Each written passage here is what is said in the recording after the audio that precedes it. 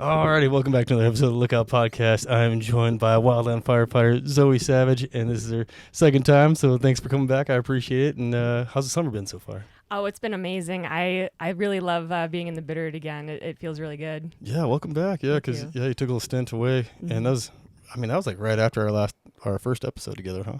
Yeah, I had just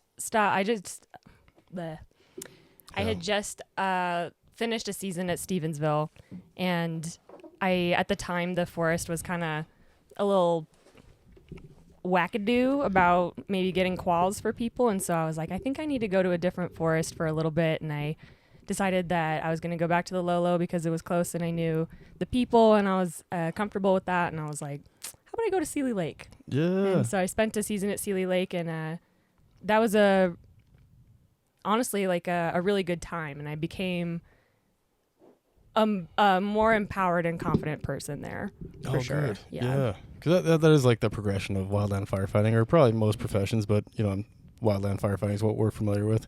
It's like at first you get in and you get just like inundated with a ton of information. You go to guard school and you get like S-130 and all these classes thrown at you, and you're just like, oh my God, fire behavior, you're like, I don't know what's going on, all this weather stuff. And then, it as you get to be boots on the grounds and get to fight more fire, all those classes and the things you learned early on start to sink in. You're like, oh, that's what they talked about. Oh yeah, that's what, like these weather patterns mean. And even just like the, diurnal winds and all that stuff that you learn, like that affect fire behavior in the morning versus fire behavior in the evening, and all this stuff starts sinking in. Because when you're first, you're like, I don't know what. They start giving you a whole lot of words and a whole lot of buzzwords, and it's like a completely different language. And I felt like the first season I was trying to be a sponge, and I was like trying to soak in everything as much as I could. And then the second season came around and they're like, so you're good to go, right? And I was like, yeah, you got this. No, I'm not. Where are you going? Don't go. And then, so I kind of got like left hanging a little bit. And then that's when I went to Stevensville, and then Stevensville was like a great time. You had such a good crew. Yeah, it was amazing. And then I just had to leave just because I was like, in order to progress my career, I have to go get some quals. Yeah. And at the time, like, that just wasn't going to be the thing here. Yeah. And so I just got to go. Yeah, totally. And that's a smart move, follow your career path, and I got pretty lucky that where I started was really good about getting you qualled up. And sometimes just rotation, right? Like, enough people who were priority ahead of me had either taken new jobs or moved on to different careers. So then, my time was up, or my turn was up to be the trainee as, like, IC5 or FFT1 squad boss stuff. So that's where I got kind of lucky. But if you're like down lower on the totem pole, like it could be a while if you're not willing to move. So good on you for moving. You know. Yeah, and that was a hard one because I was literally heartbroken for leaving Stevensville. Those people were like part of my soul at that point, and that was so actually painful to do. They had so many trainees though, and when I went to Sealy Lake, they were like, you came with the task book? Great. Yeah. Now you're the priority. And I said, what? And so I was first dibs for everything, and I was like, well, this is how it was supposed to go. Like, this was the whole point. Yeah. And so totally. I was like, well, that's great. Awesome. Yeah.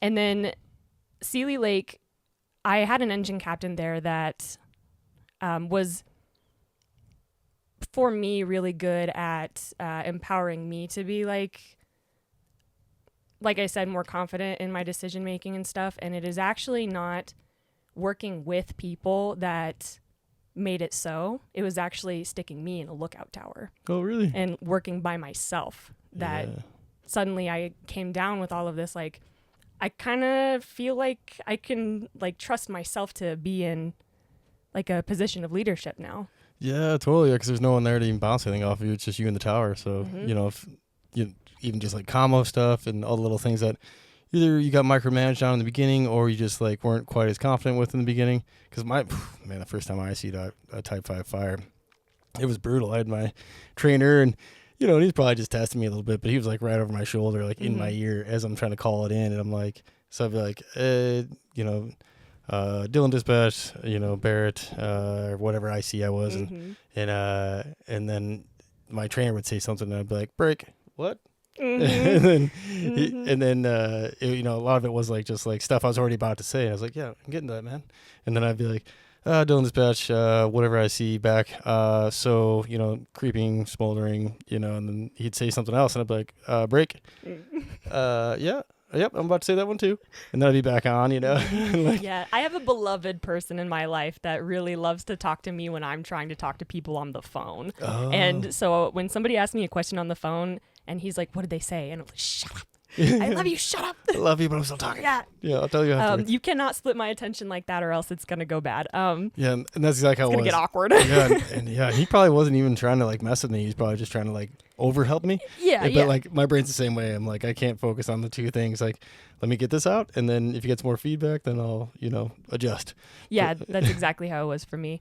Well, and being up in the lookout tower was really interesting because they were just kind of like, well, we don't have anybody in the lookout tower this year.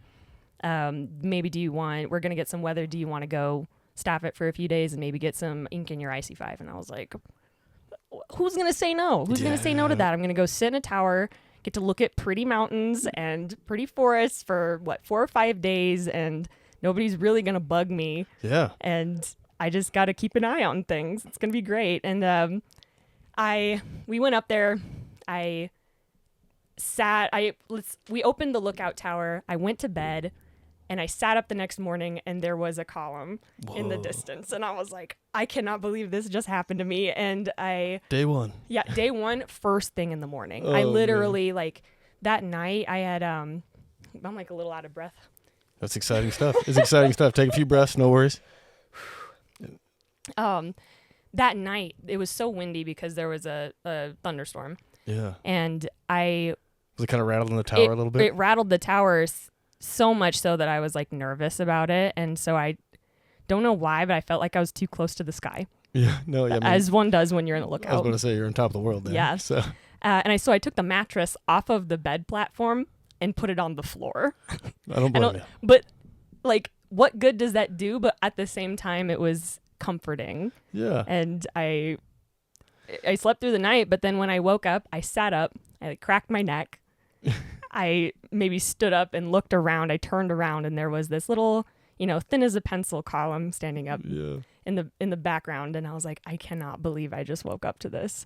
And it was already go time for me to test these skills I'd never used before in real life. Yeah. And so I just like really quick had to try to throw together, like there was no formal lookout training. I essentially had to go in there and figure it out myself. Oh, and awesome. So at the same time as I'm sizing this thing up, I'm going, I don't know how to do this. And like somebody had, just kind of gone over it a little bit, but there wasn't like a lookout before me to tell me how to be a lookout. Yeah, to hand it off to you. Yeah. So I called it in over the radio. I did the thing. I probably called it in within a square mile of where its actual location was. When they got on scene, it was the exact size acreage, and I was like, I'm cooking now. This is it. Nailed it. And they were probably on it for 3 days. I called in another fire. It was all good. It was fine. I didn't see any smoke on it for a while. When it was probably 3 days later, and I was listening to all the radio traffic, and they were like, oh, everything's pretty much calmed down in here. It was really hard to access. Oh, yeah. The terrain was bad. The fuel type was a little gnarly because it's that valley sits higher in elevation than most of the valleys around here, so they have a lot of subalpine fir. Oh, yeah. And skunky stuff. It's it sends embers and spots and all kinds of stuff off because it's kind of just like dirty. Yeah. Well, and subalpine fir has those flat needles, and what they do is once they catch fire, they go woof, and then the flat needles ride the heat wave up once the tree torches, and then they rain down. They come out of the heat column and they rain down on fire still. And then everywhere. And then they start other subalpine firs on fire. So they had been pounding it with aircraft all day, and then the aircraft sat down without telling anybody. Oh. And at this point, I had like turned my attention away from it because I was like, there's no smoke on it. And, the last radio traffic on it was that it was, pretty calm at that point. Yeah. And so I was probably on the other side of the lookout, like basking in the sun, my feet hanging off the edge, like kicking my feet and just hanging out. Just enjoying life. Yeah. And I felt this gust of wind. It was probably like 5:30 p.m. I feel this gust of wind. And I was like, that was pretty significant. And so I was like, And I get up and I go to the other side of the lookout and I look at it and it's starting to column again. And it's starting to turn gray. It's no longer light colored soft smoke. And I go, that's not good. That's a bad sign. Yeah. As it turns out, then I started, I think it was right then also, I turned my radio up. It's not that it was off and I wasn't listening. I was listening, but it was right then that radio traffic started to change. Oh, yeah. And that was my engine captain, who was the IC of that fire, being like, we got to get out of here. Like, back down to the highway. It's time to get out. At the time, there was a state crew and then a shot crew on that fire. And it had done exactly what Subalpinford does and spotted like crazy and started to blow up. Oof. And I don't know like the rate of spread or anything about that fire because I was sitting in the lookout. Yeah. And it was over a Always ridge away. and I couldn't see it. I could see the smoke from it. But at the time I was like, my friend is on that shot crew and that's my engine down there. And I was like, oh my God, Helpless. I can't. And yeah, and I started pacing the deck going like, no, not my friends, not my people. And then as things progressed, I started hearing radio traffic from the IC trainees saying like, oh, the escape route got cut off and now we're held up in the black and, you know, we've cut down some snags to make a better, you know, location to hang out while this thing passes. And I was like, I cannot believe I'm up here. Yeah. I cannot believe this. And then I started getting phone calls from like the DO being like, well, what's going on? What do you see up there? Is it punching through this layer of air? And I was like, I don't know what you guys are trying to say to me. And, you know, everyone's panicking a little bit. And, you know, it was a wild time. But then I came down that night actually. And I was like, if you guys send me up there again, I'm not sure if that's a good thing or a bad thing. Yeah. I'm like, good luck or bad luck? Yeah. Like, you know, I'm good at finding things, I guess. You know, I'm 2 for 2 while I was up there. But then at the same time, I was like, while I was up there, like some crazy stuff went down. Yeah, and it's a weird feeling too. Like, and I think most fire folks have that is where you know, like your friends and like, you know, pretty much family are in the shit. And you're like up there helpless. And you're like, I should be down there, even though it's like not safe. Like it's the opposite of like normal thinking. I think is just be like, I need to be down with my people, even if they're in a bad spot. You know.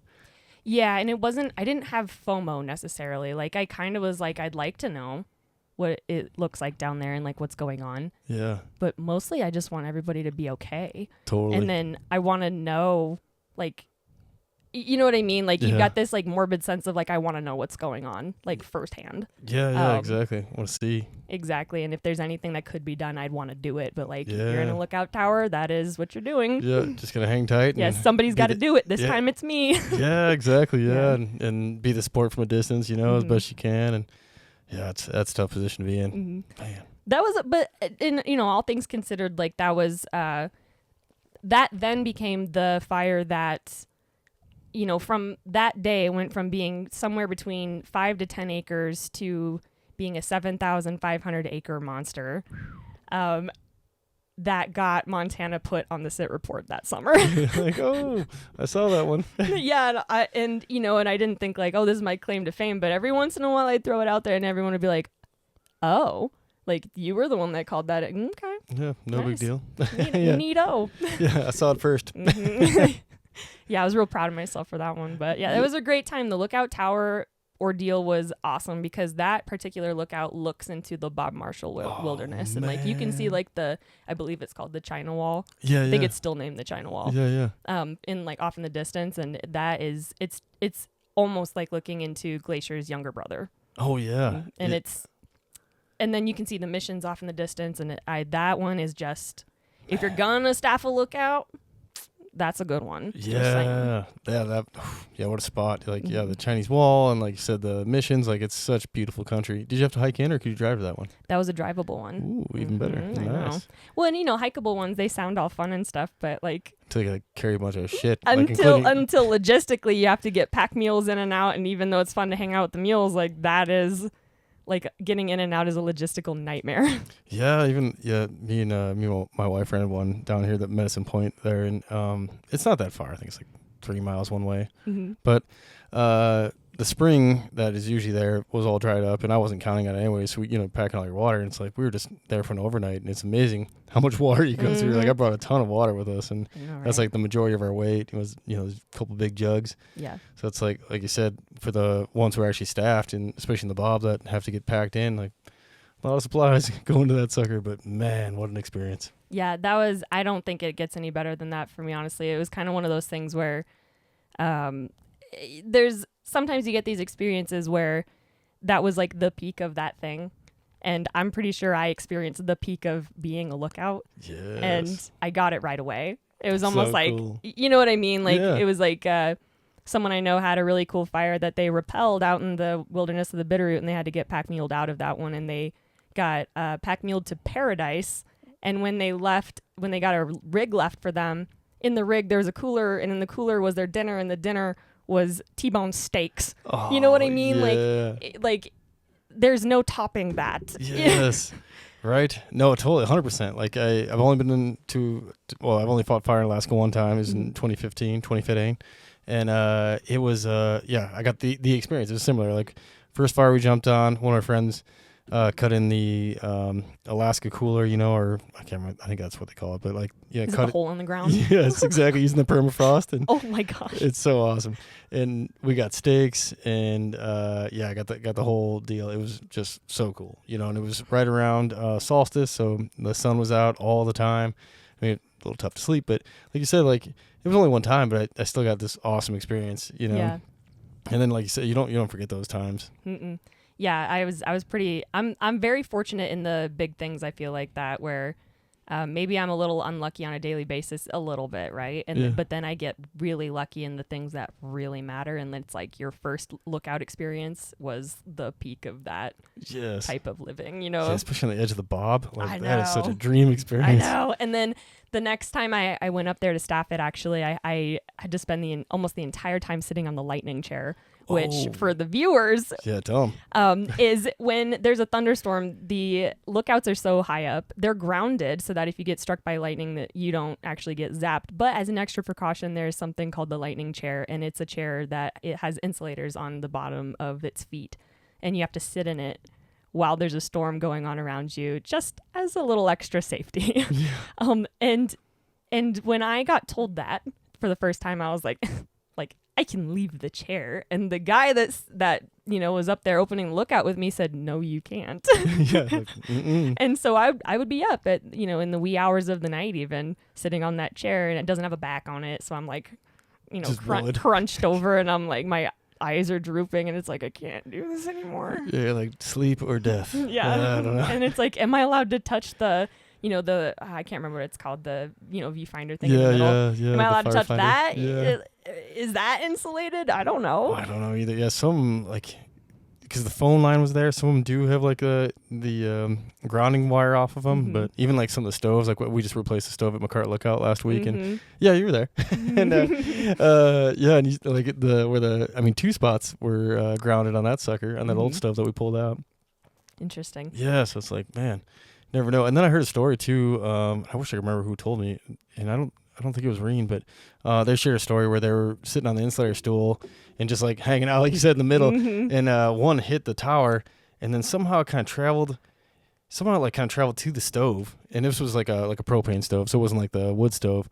And the way he said it, it was almost like the lightning hit the pan, the cast iron pan, and kind of like splashed almost, and like these little like ball bearings, but like huge, like a big marble, came rolling off the edge of the stove down, and then like scurried around until they found an outlet, and then I think they just like found a grounding cable or grounding rod, and then went down back into the ground. And he said it was the weirdest thing, and he's like, and that was kind of his experience on like why I'm gonna stay on the insulator stool, because those little things were like cruising around like a scary movie, It's like, whoa. Wait, what rolled around? Like balls of lightning? Balls of lightning? Yeah. I've only ever heard like legends about ball lightning. I know. That's insane. I'm like, I didn't know.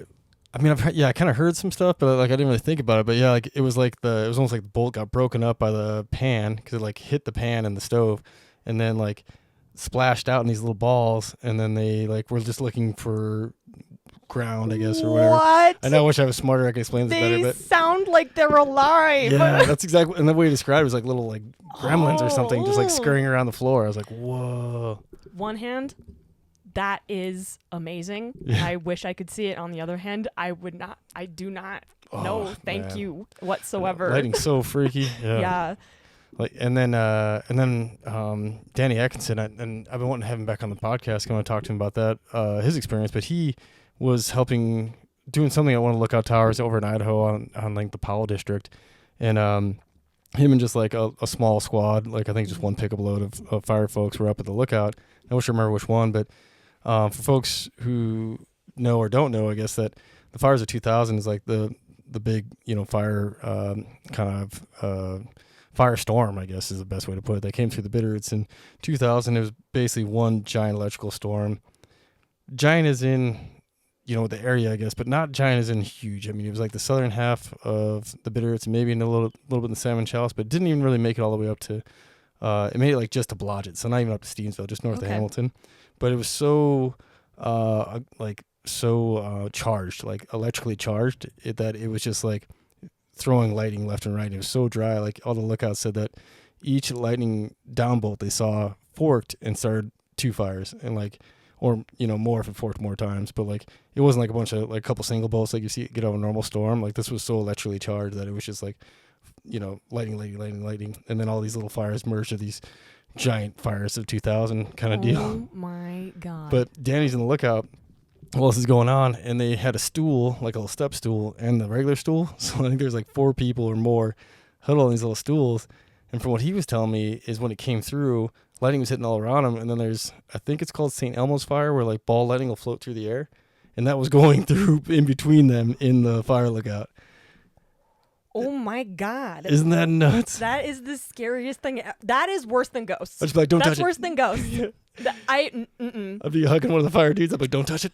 Don't touch it. That's insane. Yeah, isn't that nuts?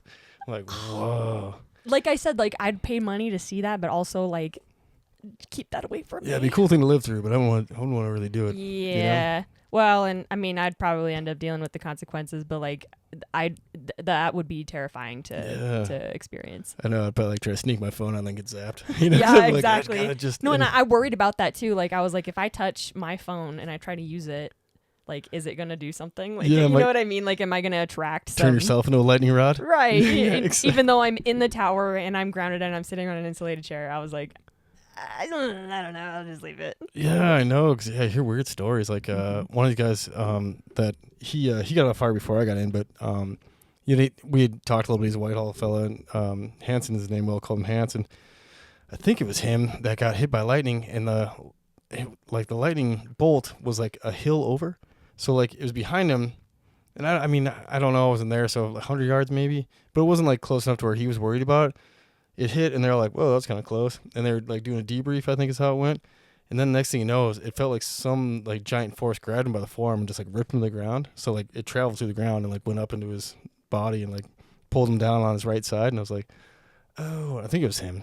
I don't know, all these stories kind of blend together. I'm probably mixing wrong people with wrong stories, but oh my god. Yeah, and that nuts. And like after that, and I was like always like worried about it. Like, yeah, I think he told me that my first year, my rookie season in fire. I was like, okay, all right. I already so hate we lightning. take lightning serious around here. Good to know. Yeah, exactly. Yeah. Now I know it can travel really far through. Like I always heard, traveling through the ground, like see like soccer players or people on the field, like not getting direct hit, but like a hit near them. But that seemed like a long way to travel. So I was like, oh man.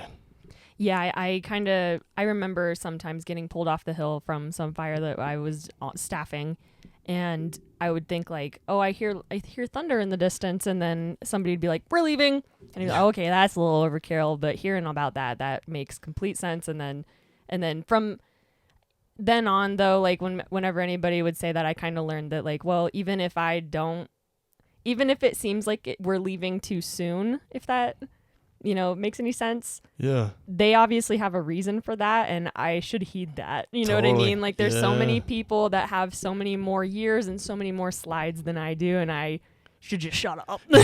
Totally. Yeah. No, and that's kind of the same way I was, because I was like, especially like coming up in sports and living in Montana most of my life, I was like, man, not worried, you know. But like it's crazy. It can sneak up on you so fast when you're in the woods too, because sometimes you don't have the best view of the whole sky, and all of a sudden like you hear a rumble and you're like, oh, I don't really even see any clouds, and all of a sudden something peeks over the side of the ridge. You're like, oh no. Yeah. So like you said, that ended up being me, being the guy like as soon as I hear a rumble, I'm like, okay, we're good, you know. Like let's start working our way out, because I got stuck going in California one time in the McCallum-Nee. I think it was a wilderness.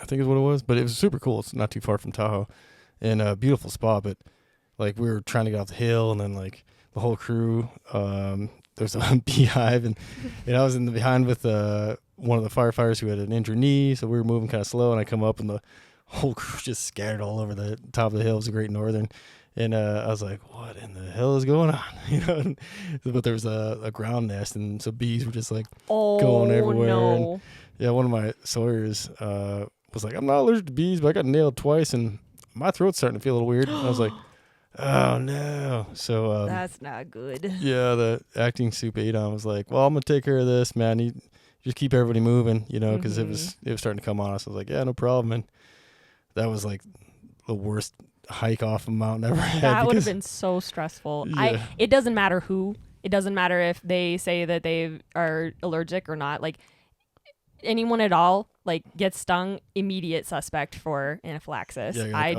We do not play with that at all. Yeah, exactly. Yeah, Like, 'cause you never know, because you know you could have got stung last year, been fine, then get stung this year and not be fine. Yeah, it's anaphylaxis or bee stings is just awful. And so we had that, and then at that point we had this tiny little window of like we can get them out by helicopter, and like if we call it in right now, and because we were talking to Hell Base, and they're like, yeah, we got like minutes. So then he's like, we got him some Benadryl, and he ended up being okay. I mean, he still was feeling not great, but he's like, yeah, I think I'm all right, you know. And when we got back to camp, it was a little closer, so I mean, it still would have sucked if anything happened. Yeah. But so we get that figured out. Then the lightning's like right above us, cloud to cloud, right above us, and it starts to rain, and it's all like this like slick rock country, and I'm like hiking as slow as I can, so like people get injured on the way down because it's getting so slick. But I'm also like lightning right above us. Then we get back to camp, everyone kind of disperses and in low spots, and I got my radio next to me because I want to be able to hear, and we're just like squatted down, and the lightning's so close at this point, like that, and it's hitting around us, that every time it hits, it goes like bright white.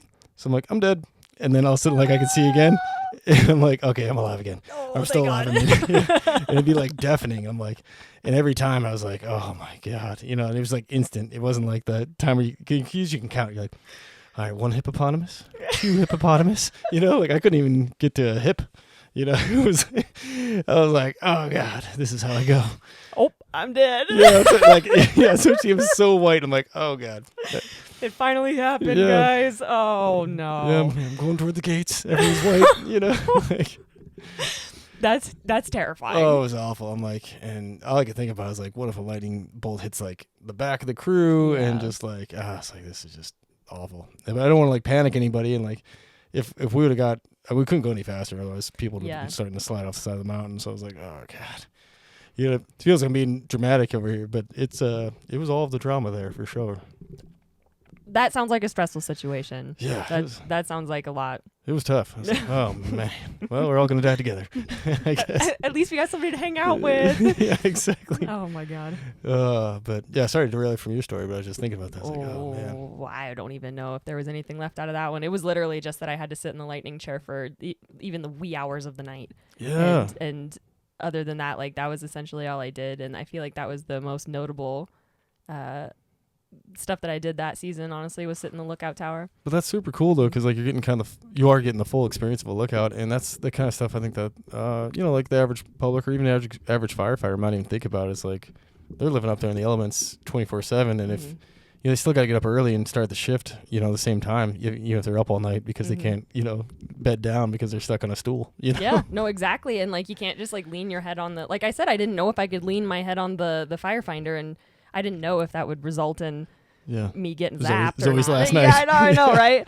And then nobody would know what happened, you know, because it's not, you know, it's a special check-in, but like if you don't hear from you, they're just like, Like maybe they're just out of the tower right now on a tiny little walk, you know? Yeah, Zoe must be in the bathroom. Yeah, exactly. Yeah, we'll check in later. Yeah, but Sealy Lake was a really great spot for me because, like I said, it was almost like being alone in the lookout tower is what empowered me, and I keep going back to that because like everyone says it's all about like time under tension and it's about repetition, and it's like when you're learning to lead people, you know, as an FFT1 or as an IC5, you'd think that the best place for you to do that is with people. Yeah. And I found that was an interesting addition, as far as my story went, is to like go and be by yourself, and that made a huge difference. Yeah, that's incredible too, because I think everyone's journey is a little different on how they get to that like confident leadership role, you know, and probably just even having some pausing during the day to be like, I do know my shit, you know? Yeah, and it did, like, it was reassuring, because that is where I would get my reassurance, was from myself. Yeah. And be like, no, I did do that, and if anybody needed anything else from me, they'd you know, hit me up on the radio, and it's like, well, they haven't, so I guess I did it. Yeah, totally. And then if they do, you just give more information. You're yeah. like, yeah, nailed it. You know, and I think that is important too, to have those little pauses and be able to like reflect and be your own like kind of coach, like, yeah, that was me. I can do this.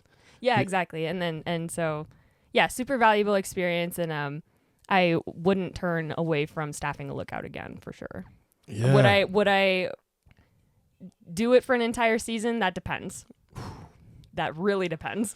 But from Sealy Lake, though, I was feeling so jazzed because I was like, look at me go. Yeah.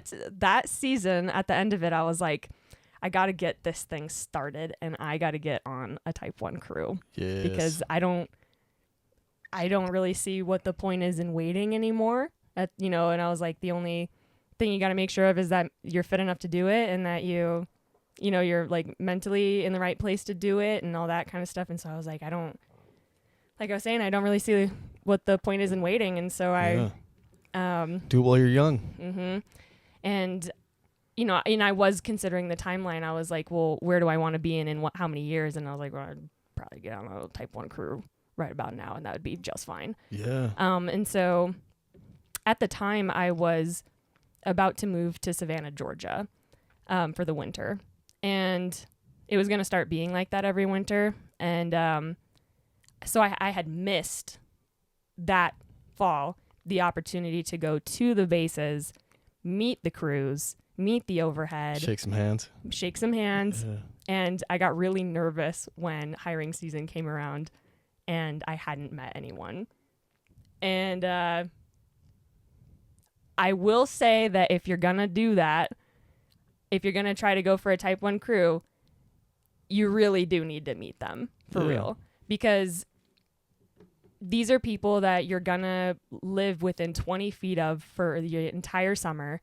And they're not necessarily people you choose.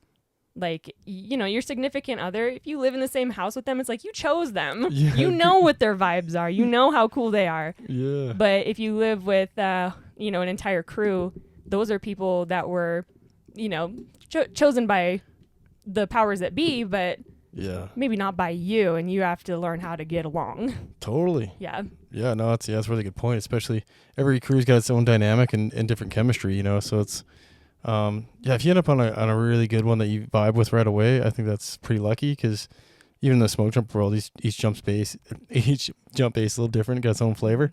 And, you know, I liked them all, but, you know, I definitely had, you know, my favorites, you know, and had a good time at all of them. But yeah, especially like a hot shot crew where you're going to be with them all summer. Like looking back on it, I was never on a hot shot crew, but if I was going to do it, looking back, I would definitely do like what you did. And like, you know, or like what you just suggested, I guess. And, you know, I was leaning towards Flathead because I had known the reputation and a few folks. And then especially now that I got to meet Borg and interview him, and man, what a wealth of knowledge that guy is. Like, that was such a great interview and such a good dude. And just the way the crews ran and the chemistry, it just really fits like how I am, I guess, or how I like to be and what crew I like to be a part of. And like the more you like the crew and the more that they fit to like your kind of chemistry, it makes you want to work harder and be a part of it and kind of earn your spot more than if you're with a crew that you don't really vibe with and they just got, you know, a little different personality or whatever it might be. Like, you're very social, I'm very social, like make it work, and I'd probably have fun, but I could have a lot better experience if I was with like, a crew like Borg and the leadership that he has, and then that trickle down effect of like his values goes into the crew, and it permeates through everybody, and I definitely know would work my ass off for a guy like that. You know? Yeah, and at the time too, like I kind of didn't.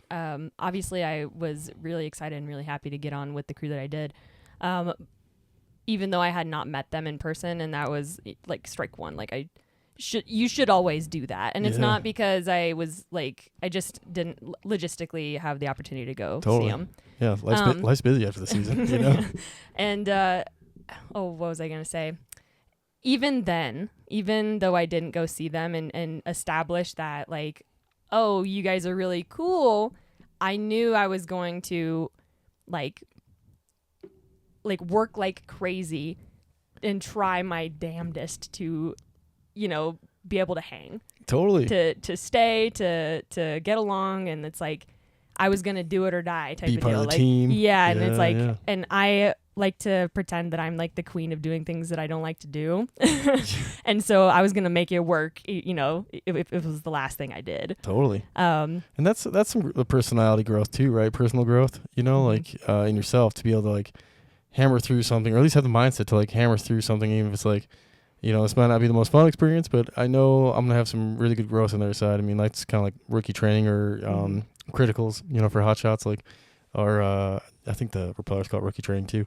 Anything that's super difficult that you're not there for the fun, it's a lot of growth on the other side, Yeah. Well, and it's, they call it type 2 fun, where it's fun later once once you're done feeling the pain of whatever it is that you were doing. Yeah. My first week there was, I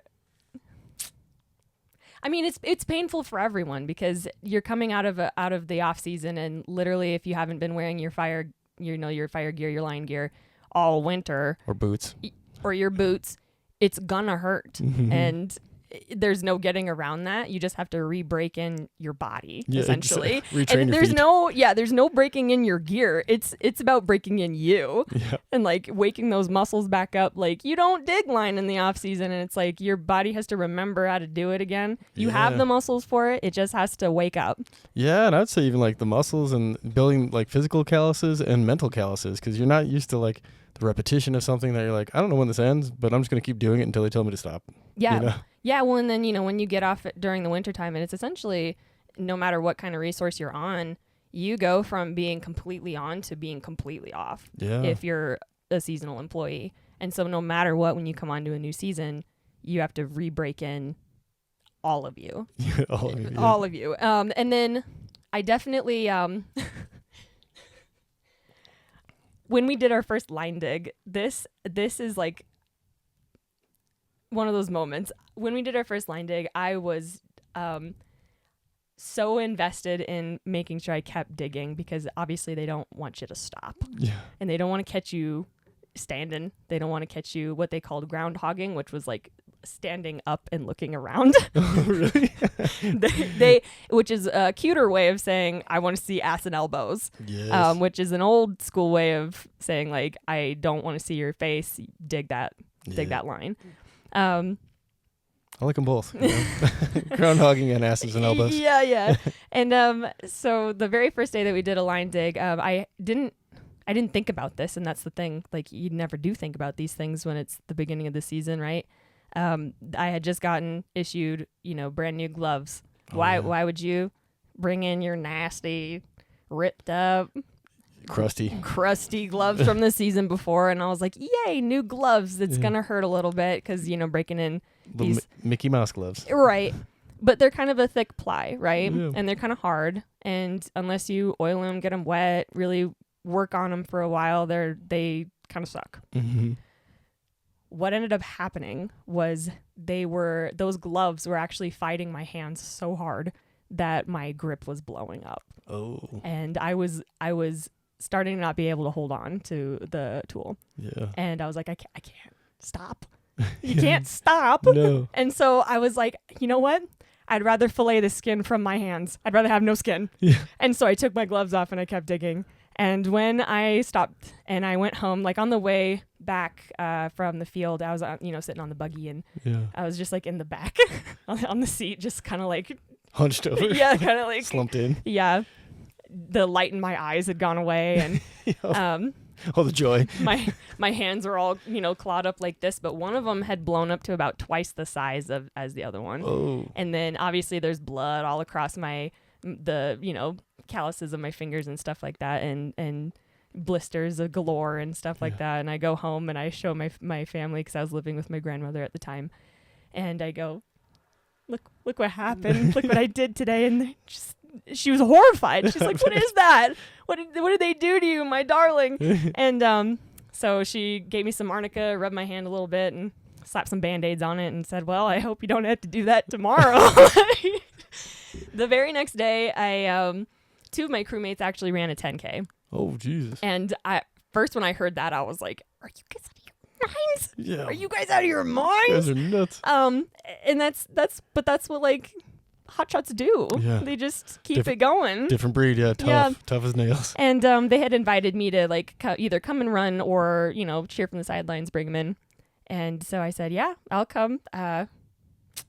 If I was gonna run that thing, it'd probably take me, a lot longer than you guys. So I'm gonna just I don't want you waiting on me. You guys go ahead. Yeah. So I brought him in at the end over the finish line, and one of them was like, I understood already that she was like super tough and she could run really fast, and I was already like, you're so cool and you're so tough, and I can already see that I want to be like you. And she, after she got done running, she kind of like wiped the sweat off her face, and she said, so yesterday, and I go, oh no.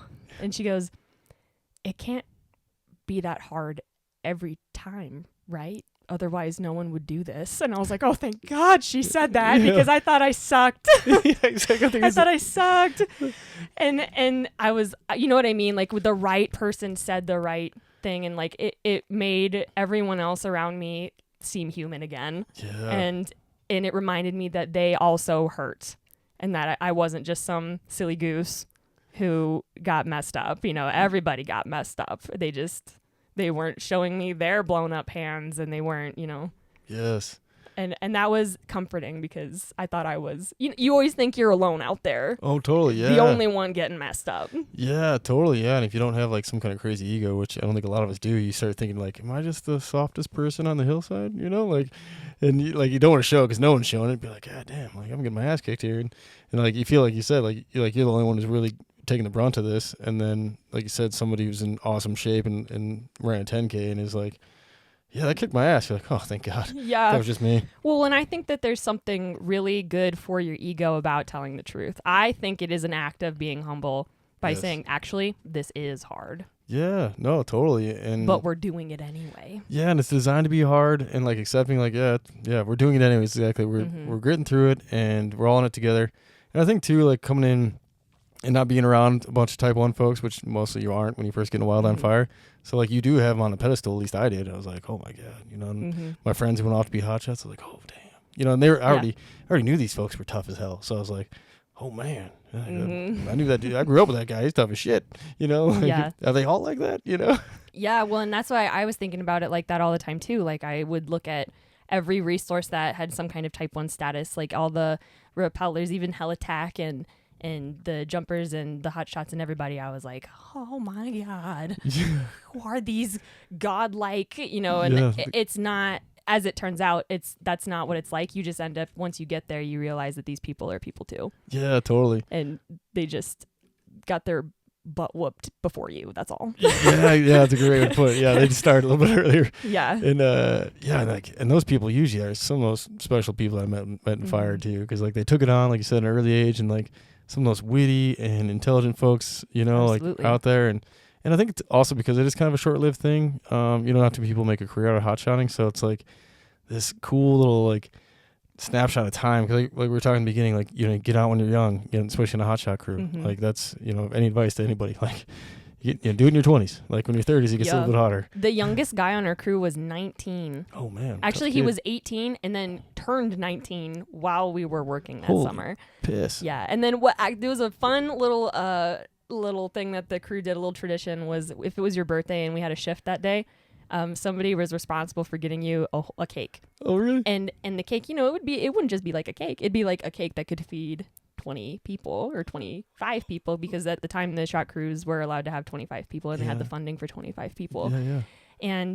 But the job is that if it was your birthday, you had until the end of shift to finish that whole cake By yourself.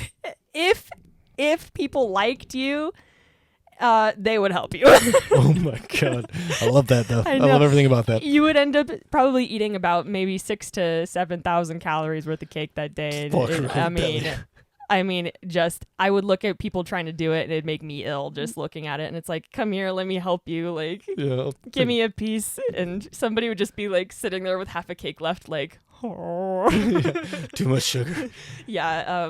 But that was a fun little tradition. And super cool. That guy had to, I don't know why this happened. I'm not really sure what the lore is behind this, but that guy was required to carry a gold pan on the back of his pack the entire season. Oh, really? And at some point, the assistant soup made him gold panning. Really? And I'm pretty sure it was just because he was the youngest crew member. Maybe it was like good luck, You're like, all right, buddy. I don't know, but that was a pretty. I thought that was a cute little thing. That's awesome.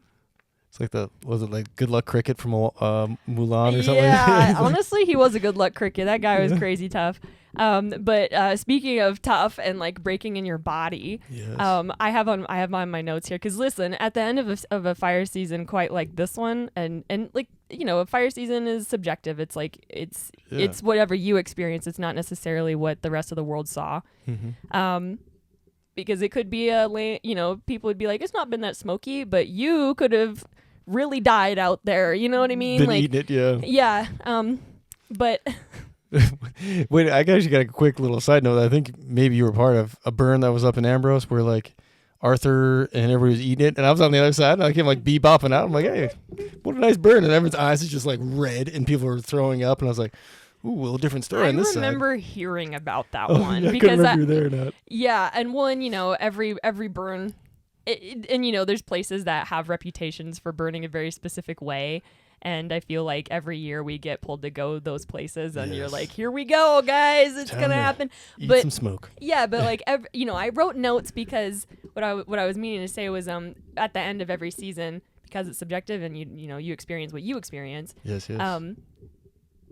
You have the capacity to black it out if it was hard. Yeah. You know what I mean? Good point. It's kind of like evolutionarily, like we black out giving birth, because if we remembered it, we wouldn't do it again. Yeah. So none of us would be here. Yeah. So my brain did exactly that, and so I had to do some recalling of what actually happened that year, and in the very beginning of the season, our first assignment was in Arizona, and it was a prescribed burn assignment, which doesn't mean anything. You're just gonna walk a lot. Yeah. And at the time, I had logger boots, and I swore by them, because I was like, if you're gonna walk, if you're gonna side hill, you want loggers because they cut in really nice. Got a nice heel. Exactly. It's like if you're on something steep, they're gonna help you out. Yep.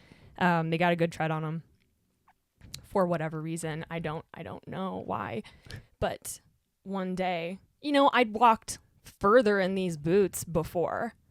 I'd walked on harder terrain in these boots before, but for whatever reason, while we were in Arizona and I was dragging a torch across the hillside, they blew my feet up like crazy. And when I say I had I want to say it was 6 or 7 $50 sized cavitated blisters. Ooh. When I say cavitated blisters, they're not blisters that are coming out, they're blisters that are going in. Yeah. And that's messed up. Just craters. Yeah, craters. Baby craters. And I was like really concerned. I wanted to do well. And it's like, I don't want to embarrass this crew by being so slow. And so I texted after I realized what had happened, because you don't know until you take your boots off, because you're like, my feet hurt, but then you take them off and then they blow up. Yeah. Because now they've got space to expand. Mm-hmm. I got the first look at my feet, and I, slept on them, because I was like, what if they just go away? Yeah, exactly. I just want to think about it. What if they just go away? The next morning, I looked at them. I tried to stand up, and I had to sit back down immediately. And I texted my squad boss, and I said, listen, I don't want to make a fool out of you guys. I can barely walk. And he was like, just come in, show me your feet. Yeah. I gotta take a look at him. Yeah, let me see him. He was an EMT also, so I mean that makes sense. Totally. And we'll see what we can do from there. Yeah, like, surely a little moleskin will be fine. Is probably what he's thinking. That's what he was thinking. Yeah. Then I show up, and he looks at them, and he goes, "Oh, okay." And he puts moleskin on them, and he's like, "If you could just make it through today, take some Tylenol. Oh. If you can just make it through today, then we'll try to get you a break day tomorrow. Maybe do like some pump ups or something." And I was like, "Okay, I can do that. Yeah. One step at a time, one day at a time, one bite at a time. That's great. I can probably do that." I'm crying while I'm dragging the torch across the hill. I'm intermittently like sobbing, crying because at one, I'm trying to breathe. Two, everything, it hurts. Like it kind of burns. Like some people will leave their blisters. Some people will try to, this is gross, but they'll try to drain them, but like they hurt more that way. That's what I feel too. Yeah. But mine just kind of went. They did their own thing. And so they hurt like crazy. And so I was crying while I was dragging a torch across some hill in Arizona. And then that night I barely get into my hotel room. Because at the time we were in hotels, I guess. And he texted me and he goes, "Go get in the truck. We're going to the store." And I go, "For what?" He's like, "New boots." Oh, really? We have 5 minutes until REI closes. Oh, no. We get in there and he's running, but I can't run at this point. So I'm like hobbling across the parking lot. Like, I'm coming. Yep. And he ran in the door and I was just behind him. And I heard him say, "We have an emergency." That is awesome. And the guy at the counter is like, "What's your emergency, sir?" Because, it's 5 minutes till closing, and now they've got this guy that's all lit. He's completely lit up about needing some boots. And he's like, we need a pair of boots for some firefighters. But people in Arizona are very nice about firefighters. So good. So much support. They support firefighters like crazy. Thanks, Arizona. Yeah, thank you, Arizona. Shout out to AZ. And they're like, "You can try on one pair, and that's all we can afford to you." And so they said, just bring her a pair of, hikers and stuff. Basically, what ended up happening is I got an emergency pair of boots, and then I wore them for the next few days, and then they tore up my ankles because they were like tight in the cup of the Achilles, and so I have pictures of my feet from that first roll and like breaking my feet back in. I had been in the job for 5 seasons at this point and never had something so horrible happen to my feet before. But I mean, that's not even like the last thing that got messed up like that, though. You know what I'm saying? When we went on our next assignment, we went to the Fish Lake in Utah, the Fish Lake National Forest in Utah. It's really high in elevation. And when we got there, we were warned about like altitude sickness or like elevation. Oh, yeah. And they were like, "Here's some of the signs that you're sick with, altitude sickness." And one of, it's like headaches and like trouble breathing, the works. Yeah. And the stuff I get on a normal hike. Yeah. You mean how I feel most of the time? Yeah, exactly. Any fire? Yeah. And I was like, okay, ops normal. And they said, if you start getting like a lot of bloody noses, then, and they're like, if you start to really feel like trash, we'll take you down the hill and we'll try to get you to feel better and then come back up. And no one is going to say that they feel like crap. Yeah, you turn around, everyone's got like a tissue shoved in their nose, like, "I'm fine." I woke up at like 3 a.m. with it's not just like a nosebleed, but like a I'm cupping my face like, because it's getting on everything type of pouring kind of. It's pouring out of my face, and there was nothing to trigger it other than the fact that it was just like we're so high in elevation and it's just going to be like that. And so I'm trying to sneak around and not wake anybody up. We're all, within at least 10 feet of each other. And the buggy door's creaky. And it's like, I was just trying to get some paper towels and it was all bad. There's blood all over all of my stuff. I didn't tell a single soul. And then maybe the day after that, we are doing a grid. And I get out of formation and somebody's like, Zoe, what are you doing? Get back in there. Like, what's wrong with you? Why are you bird dogging? And I'm coming out of the woodwork, like cupping my face again, like blood pouring down, like I just been punched in the face, knocked right in the face. And they go, oh, and that was they didn't bring nobody down the hill for nothing. So that was but listen, it was a significant amount of blood, and I'm kind of like a little concerned even now that nobody kind of said anything about it. They're like, if it happens again, tell someone. And it's like, I don't think this is the again. yeah. Sorry, this is the second time. This is the again. And it ended up happening just about every other day. No. The entire time we were there. So were you lightheaded then? I came out of that one a little iron deficient for sure. I bet. Yeah. Utah was a tough one. We were sleeping at like 10,000 feet and working at like 500. It's like training to go Everest, you know? I know, dude. Well, and it was beautiful there, and there was really cool rocks on the ground, so I guess it's fine. That is kind of cool. Were there any pika? Were you high enough for like little pikas to be out and jumping around? You ever seen them? I would hear them. Yeah. They would get really like chittery. Yeah. Because I think they squeal at you when they're like I think they're territorial. They might be, because a lot of times they're like around the lookouts down here, and they'd be like, yeep, you know, and be like little pika. Yeah. Well, cool looking things. Yeah, I mean, we saw a plethora of wildlife, but I don't know. I'm pretty sure we just heard the feisty little squeaks of some little marmot thing. Yeah, getting mad at you for being in a spot. Somebody was trying to get into our packs if we set them down for any time at all. You know what I mean? Like there's like chipmunks that would not leave your stuff alone if you left it sitting there for any amount of time. Most fire folks are carrying granola, nuts, and seeds. Exactly. So like, hey. Old wrappers that they will steal. Yeah. So zip that shit up. Yeah, exactly. They'll come for it for sure. So that's kind of like the extent of all of the most. I'm not gonna say that's like the physical. That's where like the physical pain ended, but that's definitely where like the most like injury happened was in the first. Memorable. Yeah, it was the first couple weeks. Yeah. Oh, jeez. And I was like, if this is gonna be how it is the whole time, like I'm coming out of this looking a little different. Yeah.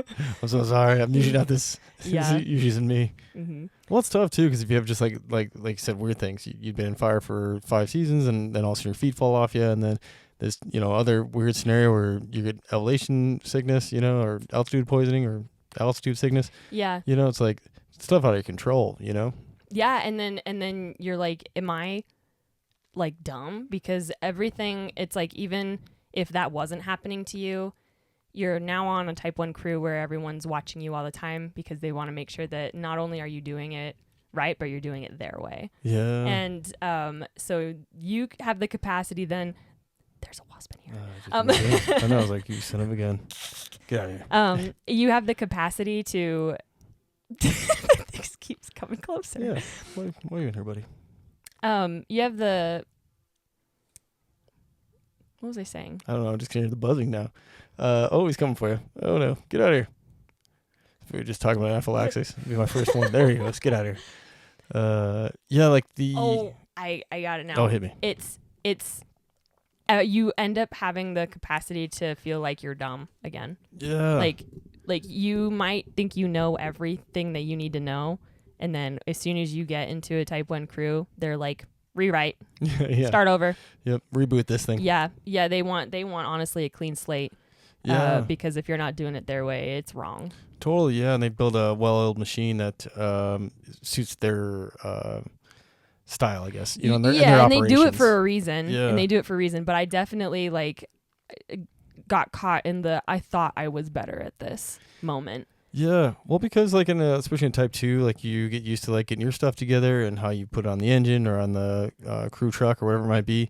And then like you were saying, the hotshot crew runs on a different level, different tempo, and you like not only getting your own gear, squared away, but then all of a sudden you got these other responsibilities like going to get lunches or water or whatever, and then cleaning things and all these other like little tasks that you're not introduced to when you first get into fire, and then so you're playing catch up because all these other people that you're working with on the type 1 crew have been doing it for seasons, and so you do feel like an idiot because you're like, oh shit, yeah, I guess I should have been doing that, because and they beat you to it every time, exactly, and you're like, dang it, and then you think you look like a dummy, yeah, and then and if somebody's watching you and they most likely are.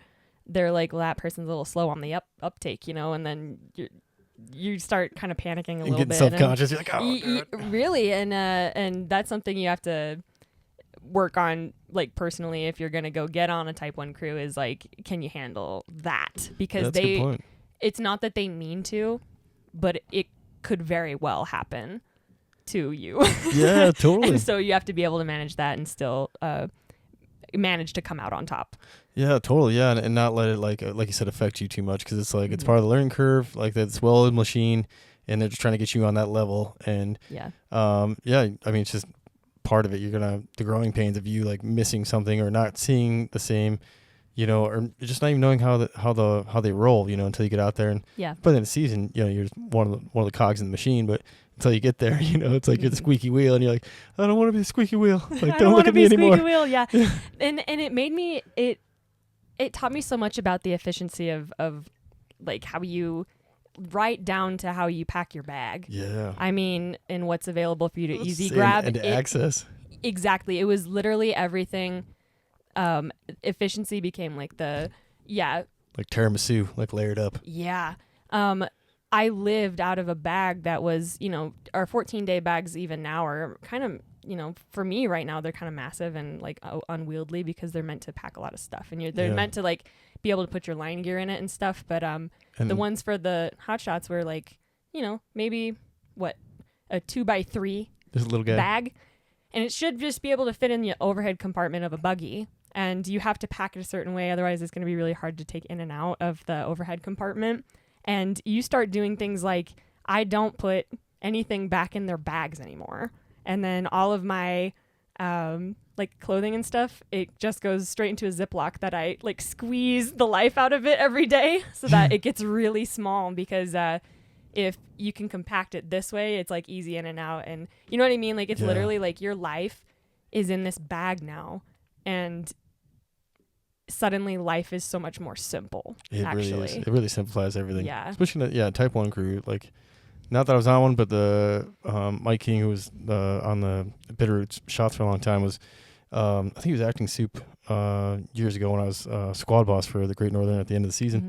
Mm-hmm. And so I was just, you know, trying to catch up and a little bit of growing pains, but it was type 2A, so it wasn't quite as strict, but like still trying to, you know, I'm the squad boss, so I don't want to be the guy who's like causing us to have any problems or, you know. Squeaky wheel. Yeah, no, I don't want to be squeaky wheel. And just like learned a lot about that, you know, about like the efficiencies. And like once I got involved and learned my role, and like you said, by the end of the season, it was like, oh man, this is like super efficient, you know? Yeah, right. And then when I came back into a different style of resource, like not necessarily a different style of firefighting, but like a different style of resource, I was like, hello, like, move it, people. Like, it's time to go. And somebody says it's time to go, and they just don't have that. And it's not necessary, especially in aircraft. Like, the urgency, if you have urgency, then you're doing it wrong. And that was a really hard thing for me to learn this season, was like, when somebody says to do something on a shot crew, it's like, you better get your butt up and you better move fast halfway done with it by the time they get done talking. Exactly. And then now it's like, well, if you're running at all around any of the aircraft, even if it's not on, you know what I mean? If it's on or not. Yes. It's like, that's wrong. Like, exactly. You move slow, you move steady, no rushing about, no nothing.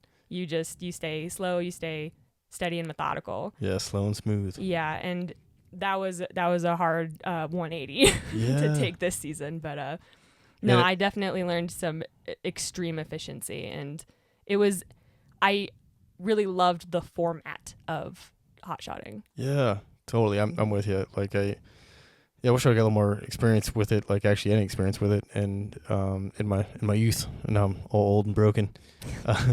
But yeah, it's funny how you get like jacked down when you get onto a different resource. You know, like I even just, you know, going from smoke jumping back to the district, I was like kind of the same way. You know, I was like, you know, getting ready now, you know, because once the call comes in, you know, you suit up within, you know, you practice for it under 5 minutes, and like you're standing by the plane, like ready to roll. And like it, you know, at the district level, like, all right, get in the truck. Yeah, exactly. Where is it again? Yeah. All right, we'll head that way, you know. Yeah. And which I don't mind at all. It's just, like you said, just a different way of going about it, you know. And you know, especially like if you're an engine, like speed kills too, you know, like, yeah, these old logging roads are not very wide, and you don't want to Yeah. be hauling ass up a logging road. And the most dangerous thing we do statistically is drive. So it's like if you're rushing that, you're doing it wrong. Yeah, exactly. So yeah, I definitely had a big change up when I came to Bitter at Helitack and started chilling. Yeah. and we still work really hard, but it's like the pace is different and it's on purpose. Yes. And like it's not supposed to be a high rev kind of environment, because that's when things get missed, and when things get missed with aircraft, that's bad. Yeah, totally. Yeah, exactly. Yeah, like you said, just a different resource. The hotshot crews are just known for horsepower. That's who you call, and their quick response. And their efficiency, like you said, Mm-hmm. and with everything else like Helitack and rappelling and smoke jumping, it's smaller resource and efficient and Yeah. still get there and usually faster because aerial deployed. Yeah. I was surprised actually by, this is going to sound a little goofy maybe if some people hear this, but the amount of fire I didn't see on a shot crew, because most of the time now, especially in this region in particular, because we actually spent the majority of our season in Region 1. Oh yeah. And here they're leaning a lot further into big boxing. So like you might see the fire sometimes. Maybe it's over there. Yeah. Somebody's looking at it, not you maybe. Yeah. But you're digging line or putting in a fuel break on some kind of bug. Yeah. Won't itch my ear. You're putting in some kind of holding feature somewhere that isn't right on the fire's edge. Yeah. Because it would have been inefficient to do so, right? Yeah. Come off like a road or something, like. Mm-hmm. And that became apparent to me when we went to the Snake River breaks in northern Idaho. I don't know if that's actually in Region 1. Is that Region 1 or Region 3? Region 4, if it's in northern Idaho. Region 4. Right? Yeah. I mixed up 4 and 3. No, it's all right. It's easy to do. The Snake River breaks, when I heard breaks, I immediately thought of the Salmon River breaks, because I know that the Salmon River breaks are... No joke. Mm-mm. Mm-mm. And so I was like, well, from what I can deduce from that, I was like, oh, I think it's going to be like kind of steep. What was interesting about them, and I didn't understand this beforehand, was that they were like inverted mountains, and it wasn't like they were mountains. It was like, it was a carved by this river, and it was like a plain where there's a bunch of farmland, and then the river had made these mountain gullies, big canyon that were so, it was a big canyon that were so deep. It was like 4,000 feet of elevation going down. Whoa. And I thought that was the weirdest place ever. Yeah. We went there and we were so indirect that I never saw a lick of flame. And that place was where the real run, that was the role that was like the real run for the money that season, I feel like, because we started in the Snake River breaks where we did it very indirect, except that there was no tree cover anywhere. It was completely exposed. All of this grass and kind of, it wasn't, saying it's brush is not accurate, but it's almost like grass that's like a little thicker and spiny. Oh. So everything was pokey. That sounds awful. And there was a heat wave, and so it was at least 100 degrees, if not, ranging from 100 to 105. Ooh. And I remember during that, they established this thing called the point of no return. And that is that once you get down past the point of no return, that you've come down far enough in elevation that instead of going up again to get out, you have to go down. Oh. And so the amount of times, though, that we went to the point of no return and had to return anyway was kind of ridiculous. But that was maybe the craziest hike out I've ever experienced, because it was so steep, so hot, so pokey. There were, athletes far, well more trained than me that were like, we're taking our pants off because it's so hot. And, our soups were like, yeah, guys, if you have to literally take your clothes off to do this hike out and not, because burn up. Yeah, if you go down up here, this is what we consider to be a hellhole. Yes. And it was so steep that at some point, someone that was carrying a QB, they slipped, it fell off of their shoulder and started rolling away. And they went after it, and then they started rolling away. And that was the scariest thing ever, because it's like you want to help them, but if you try to go help them, you're going to roll away too. Yeah. And I mean, this guy was like fully like what the Tom Hawking he was, down the hill. I mean, it would like head, butt. And I just felt that was the craziest thing ever. And like, that was the scariest ground I've ever been on, I think, was the Snake River I break. just see myself being so exhausted. Like, I bet he's fine. He's probably fine. He's a tough guy.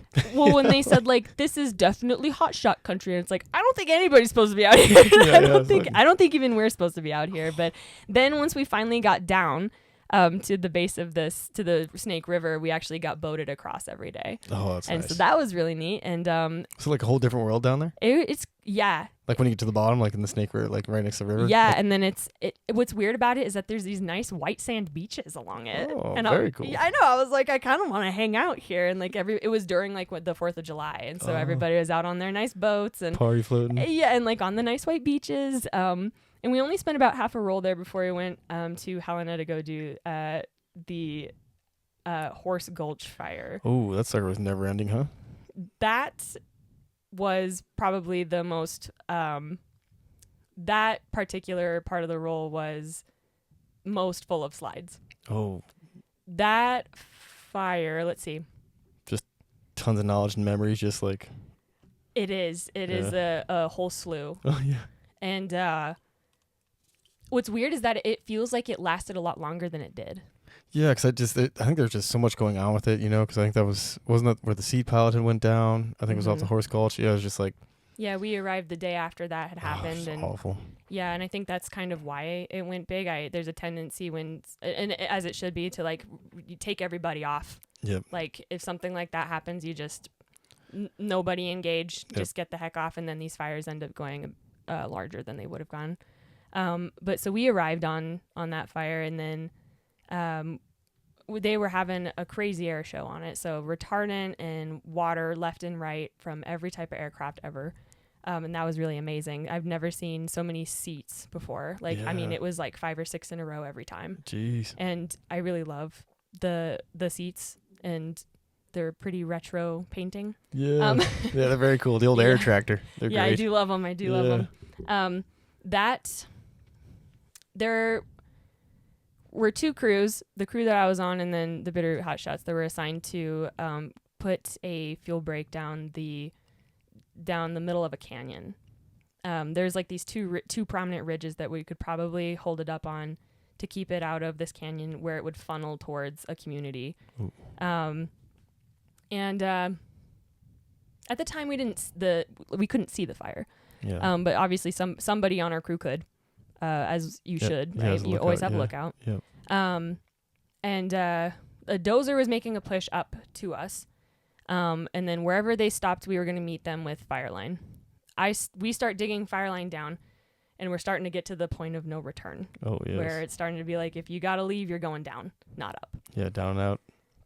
I don't know what happened, what made people do this, but they all got told to go do something, and all the dig, and I was a part of the dig, and they dropped their tools. And they said, Zoe, you're responsible for those now. Like, oh. Like, I'm talking about 5 or 6 people that are just like, here you go, have these. So I'm bumping these things along, and all of a sudden I see some kind of like black smoke starting to boil up over I can kind of like, there's like a little ridge. And then not a second later, we hear one of our soups over the radio being like, hike them all out. Hike, get them into a safety zone because it's coming.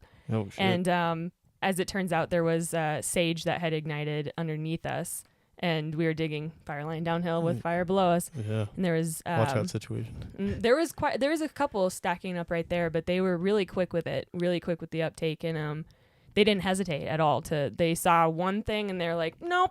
Yep, leave. Hit our trigger point. Yep. And then I had to pick up all these tools, and I was like, I can't believe this is what I'm doing right now. Yeah. And I was like, I'm pretty sure you just gotta take your tools with you. But so we hoof it up this hill, past the point of no return again. And I'm not running, but we're definitely moving pretty fast. And somebody had stayed back to make sure that the saws came up, because they had been cutting down below us, even because that's how the progression of a shot crew works, right? Is you send in your saws first and then your dig. And so they had stayed down to make sure that they were the last ones coming, and to like have counted everyone and made sure that everyone was accounted for, right? We saw him in the distance coming up over the saddle. And then we saw these 20-foot flame lengths like leaned over, going over the saddle and like overtaking our escape route. Ooh. And we're sitting in the safety zone, which was a previously burned like grassy knob. Ooh. And we're just eating smoke, and we're like, oh my God, that guy, dude. Oh, we're so glad you're alive. Yeah. Like that was a big day, because it was probably 1,000 feet in elevation that we had to hoof.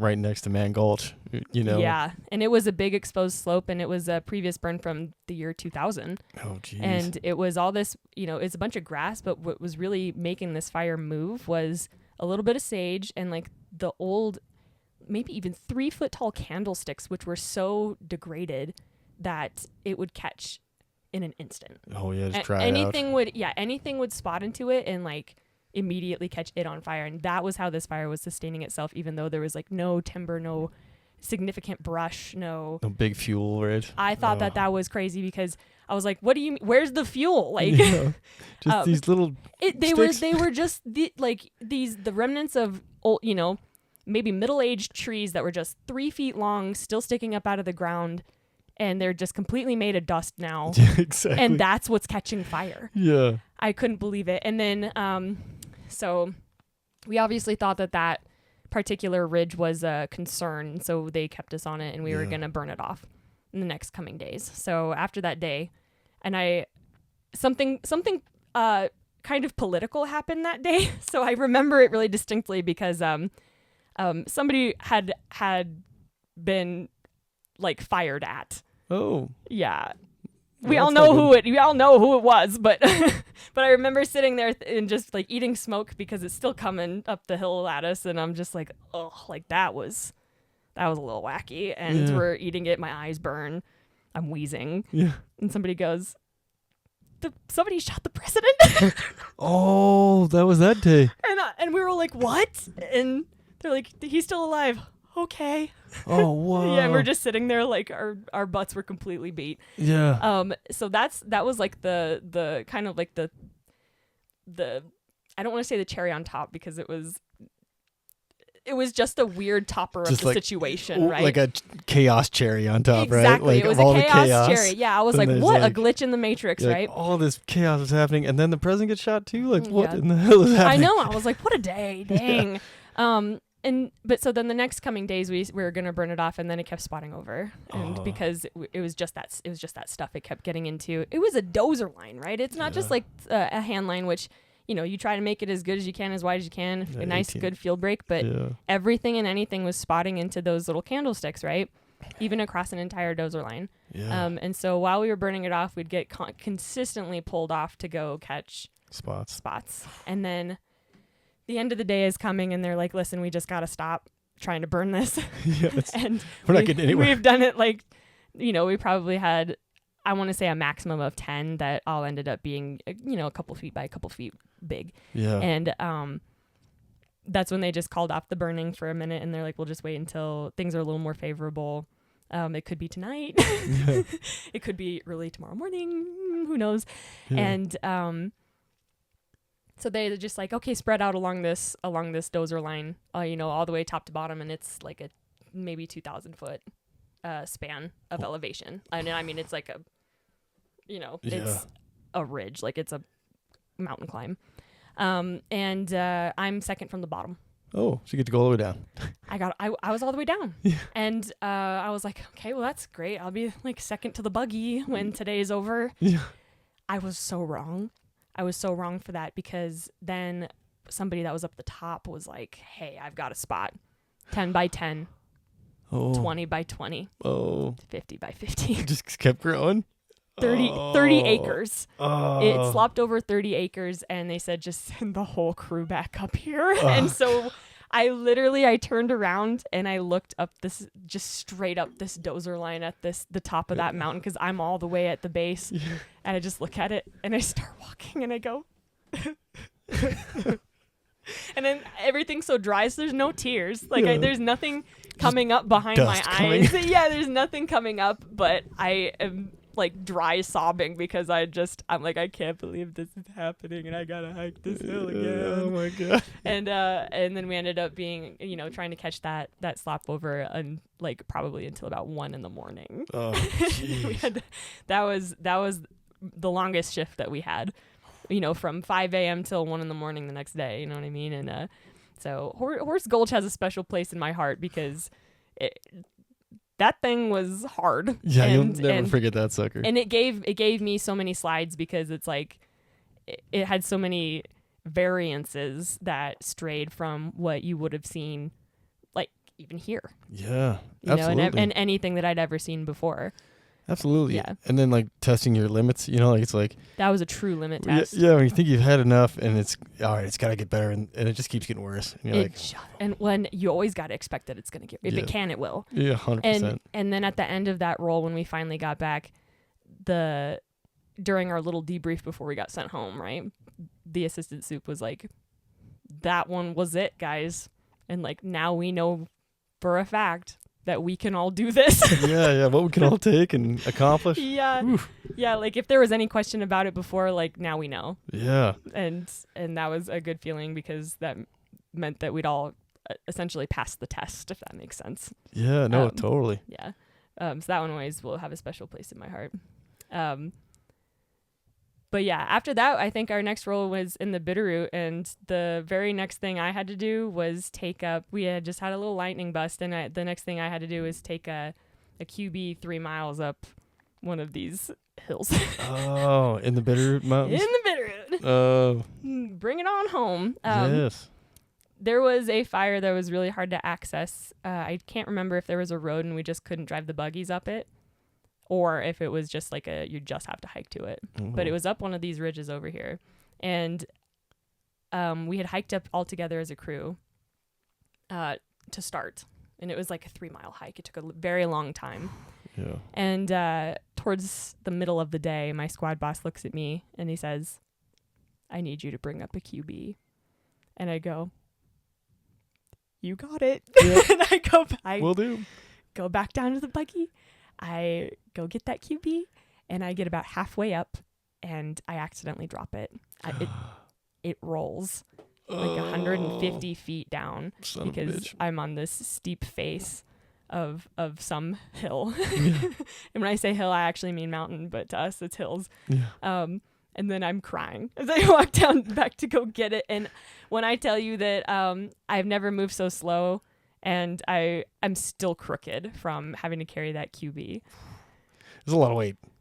It is. It's like, I mean, if you consider your pack, like, my pack, it was a dig pack, right? Like it didn't have a saw kit in it. I wasn't carrying a saw. It was probably a maximum of 30 pounds. A QB weighs 45 pounds. Yep. What? A gallon of water is 8.5 pounds times 5. Yeah. A little more. Yeah. And I'm still crooked. There's like a rib I can feel whenever I breathe in too deep. You know what I mean? Like, if that guy's ever going back. I don't know, and I don't know. I've never tried to put it back, I was kind of like, maybe I'll just keep that there. Yeah, it's a little reminder, for that hike. Yeah, well, and I mean, that's one of the things I blacked out because, yeah. I mean, like I said, if you remembered that, you wouldn't do it again. Yeah. So. No, I think, I'm glad you looped it back to that point because I was thinking about that too, like a lot, because when you reflect on your fire season, I think I had this conversation with like August Shield or someone else who was on the podcast, and we were talking about that. Like at the end of the season, at some point, you delete all the rough parts of it, and you're like, you start remembering all the highlights. You're like, man, what a season! Yeah, I can't wait to go and back. then it starts becoming type 2 fun, which is the fun after the fact. Like it sucked back then, but then you forgot how much it hurt, and now it's fun or funny, and like and now it's like a good thing. Yeah, and we can laugh about it now. Yeah, exactly. And as you should, right? Yeah, totally. You should and maybe you shouldn't forget like all the cost, right? Yeah. You shouldn't forget the cost that it cost you, but I do think that it's better that this way that you focus on the bright sides of everything that went down during the fire season anyway. Yeah, totally. And I think most of us in the fire world or any kind of like strenuous job like think about it like, well, I don't want to go to, I don't want to be in my coffin pretty. Right. Yeah, I better be. Yeah, I better be used up like an old, leather bag or something in there. Like, yeah, Jesus. I better have seen some stuff. Yeah, I'm surprised this guy lived this long. He looks rough as shit. Let's see. The 3 mile QB hike. Yeah, that one was kind of nuts. I was actually telling you just the other day about the microburst, and that actually happened also in the Bitterroot. Speaking of leaving your body marked up when you get in the grave. So we had come to the Bitterroot once again for another assignment on a fire later in the season. And we were in a camp spot that either had been thinned, logged, something. And it had left lodgepole pine standing alone. And lodgepole pine does not like to stand alone. It likes to stand in clusters. If it stands alone, it becomes weak. And not just like weak in the roots, but like weak halfway up the tree. We were sleeping there. We knew like there was a weather event coming. What we didn't know was that there was going to be like a microburst. And the microburst was going to be capable of producing extremely high winds at 10 o'clock at night. So we'd all been sleeping at this point. At least I was sleeping, as one does after a fire. So easy to sleep is when you are on a type 1 crew and you've been working the way that you work. Yeah. Because, and you're sleeping on the ground. Like, you're on the ground every night, and you really live outside. Yeah. You live in this bag. You live outside of this bag. And you sleep on the ground, but you sleep good. You do sleep like you're dead. Yeah, and honestly, that's why I keep doing it, because I sleep better out here. Oh, true, right. Like, I don't sleep as good in a bed. Yeah. Also, the dreams are crazier, because I think we talked about this on the last episode, where it's like now you don't have walls or a ceiling to keep in your brain waves. We did talk about that on the last episode, actually. Yeah, that's, man. I'm glad you brought that back up, because I totally forgot about that. Yeah. So you think your dreams might be a little more vivid because you're out in the open air, like a little more receptive, I think so. Yeah. I think whatever energy waves are out there, I'm probably picking up like, I don't know, like satellite. some kind of wave. Oh man. But anyway, so this microburst happened at like 10:30 at night, and honestly, it was the wind that woke me up. And first it was like, oh, it's windy, and then I started hearing things like kind of fall off, like maybe some branches are coming loose, and I'm like, like start to peek around. Yeah, I was like, that's a little nerve-wracking. I don't like that. Yeah. And some people aren't sleeping in tents, but I think it was cold enough at that point that I was like, yeah, I'm not gonna sleep good unless I sleep in a tent to retain some of it. Yeah. And then I start hearing things like boom to the ground, and I go, oh no. And I said, I need to have 2 things on my body right now, and it's socks and shoes. Because if something happens here, like I gotta, you know what I mean? Be able to move. Yeah, I gotta be ready to move. And then I start hearing people yell, and I'm like, I'm starting to scramble now, and I'm coming out of my tent, and I'm looking around, and I'm like counting my squad, even though that's not necessarily my job at that point, right? And as it turns out, like a couple people who had maybe gone into the trees a little bit more had come within inches of being crushed by something, whether it had been like a branch or full-on tree, a whole tree that had broken halfway up. And these were mature trees. They were not like pecker poles. They were like sizable trees that definitely would have just taken somebody out. And And the next day, the soup, he's got us all in a circle. He's briefing us, and he goes, listen, last night almost took some years off my life. And one of the Southern guys, there was actually quite a few Southern guys on the crew at that time, and he goes, He goes, well, dang, near took all my years. Yeah, not just some. And that what a way to like cap that kind of situation, and it actually ended up being one of the funniest things that happened to us. But that was I don't understand how any of us could sleep after that. Yeah. And that was just like here. Like we could go to the spot that it happened in, and I could literally point out the things that fell. Yeah. You know what I mean? Like I was like, that one almost crushed that one guy. Like that one almost took out this person. Like it's somewhere we can like just go. Yeah. Nuts, right? Just in yeah. our backyard. Mm-hmm. That one, I think that was the most notable part about that role. And then that was when everybody like, that was in the depths of September, so that was everybody was kind of losing it at that point. Snaptember was and creeping then, in. But then the snap was actually just the trees coming undone. Yeah, exactly. And that reset us a little bit because it's like now it like you kind of got forgive me, snap back to reality. Yes, I was hoping you're working on something. Exactly. Literally and figuratively. Yeah, and. You know, because if you had a brush with death, obviously you'd be a little more grateful about living, right? Yeah. Hey, so life's good. Yeah, it's ain't so bad. Yeah, maybe you're not as mad at your crewmates anymore, right? Yeah, exactly. So that was notable because I never thought something like that would happen. Yeah. I was going to touch on this too. Snaptembers. It's a weird deal. Like for me, it kind of made me like less sensitive, and I think people are less sensitive a little bit too because like they're a little more direct in how they talk. And it could be almost more funny. It was like, your shit is fucked. Unfuck your shit. And I'd be like, yeah, I should. Yeah, you're right. Yeah, you're totally right. You know, like before I'd be like kind of mad, like, man, what are you talking about? I'm working my ass off here. I might be like, yeah. I'm surprised because this season specifically on the crew that I'm on currently, I have never been somewhere so unprone to Snaptember. Yeah.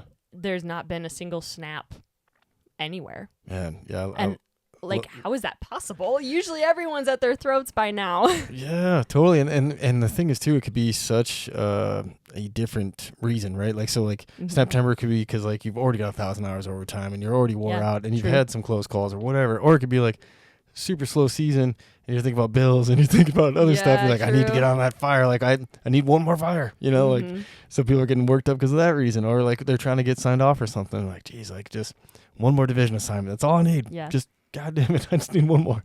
You know, and so it's like there's so many things that can lead to a snap in old Snaptember. Yeah. Well, and I distinctly remember it being things like I would get mad about how some people would hand me sticks. Like, yes. And I'm not kidding you. Like there is actually a way to do it.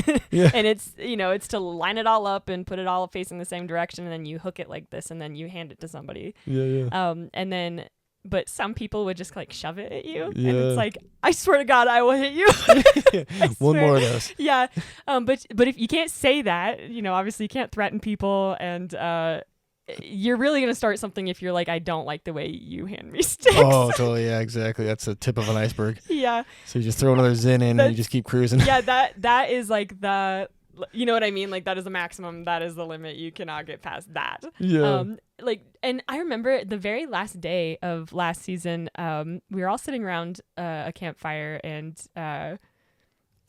drinking camp coffee because at that point we had just like resigned ourselves and we're like, we should just be having hot coffee every morning. And we're like, yeah, why haven't we been doing that? What's wrong with us? Yeah, live a little.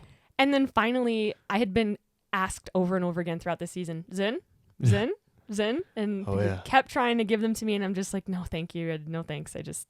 They make me feel sick. I just don't want it. Yeah. And then the very last day, I was like, last day. Yep. What the hell? Give it a try. And I put a Zin in, and I had my camp coffee, and then I started feeling like an absolute genius. And I was like, is this what you guys feel like all the time? It's like, no wonder why I always felt like everyone else got to the conclusion of like their thoughts faster than I did. Yeah, the brain was running a little higher RPM. I was like, oh, it's because you guys are on stimulants. Exactly, yeah. Yeah, nicotine and caffeine. I didn't understand that it's because they were zinning. And I think actually one of the stupid flip tattoos was actually a Zin can that said, "Forgive me, Lord, for I have zinned." That's awesome. Where were we at before that? Before zinning? Oh, the snap timber. Oh yeah. From the actual being in a storm where things were snapping. Oh yeah, that's funny. Yeah. I feel like also there were definitely people that tried really hard not to let that kind of stuff happen. We had been like sticking our hands along the edge of this fire on our last assignment for literally weeks at this point. Just cold trailing for weeks. And first of all, I didn't understand until then. Like, I'm a soap maker, as was described in the first episode. Yes. And one of the things that I didn't realize until that role was I was like, listen, I've been doing this a long time and I don't know why I hate touching ash so much.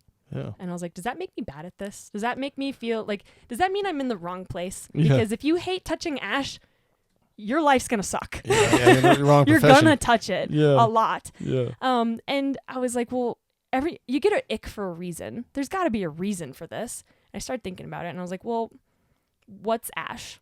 And it's like, well, where does lye come from? Lye is ash. Like lye is in ash. Sodium hydroxide is in ash, and sodium hydroxide will eat your skin if it touches you. So that's like why I have to wear a ton of PPE when I'm making soap and working with the lye, the lye water. And I was like, oh my God, like we're sticking our hands in caustic soda the entire time our hands are burning off. And then I was like, well, no wonder why we hate it. And it like, it ruins your hands. It ruins the skin on your hands. And the solution to this, there's not a product for it, but the solution to like neutralizing something so basic as caustic soda, like lye, is to hit it with an acid, like vinegar. So I actually end up cleaning with cleaning vinegar after every soap session because that's how you make sure there's no... It. Yeah, how you make sure nobody's going to get their skin burned off unknowingly, right? Oh, whoa. Now, hear me out. What if you guys just carry a squirt bottle full of vinegar around and maybe your hands won't burn off? But anyway, while we were doing so much cold trailing and everyone's mad and your hands are falling off, at the end of it all, we were like, the bosses were like, so are you guys done? Did you do it 100%? Because when we say we're going to turn this line black on the map tomorrow, we want to be sure. So are we sure? And we were all like, yes. The dig was like, yes, we are sure. We touched all of it. Yeah. We touched all of it. And they say, are you sure? Are you sure? Are you sure? And we keep saying like, yes, we're sure. We're sure. Why do you keep asking? Yeah. And you then see something? Saw one pipes up and says, did you guys find anything? Oh, no. And we go, no, we didn't find anything. That's what we're saying. Yeah. And they're like, you didn't perhaps find a piece of ham? Someone had stuffed their lunch meat into a little root hole that had burnt out, and nobody cold trailing had found it. Oh, it's like a test? Yes, we've been tested. And I look back on that and I think like I continue. It's like being a waitress and realizing that you forgot to give somebody their ranch at the last shift you were at.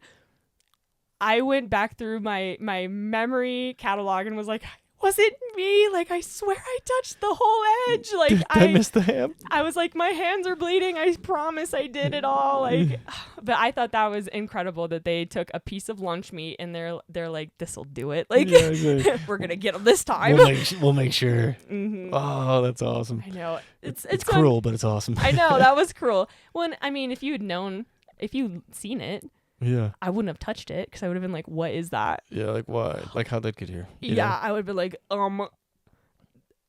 I don't even know what that is. Why would I know? Yeah.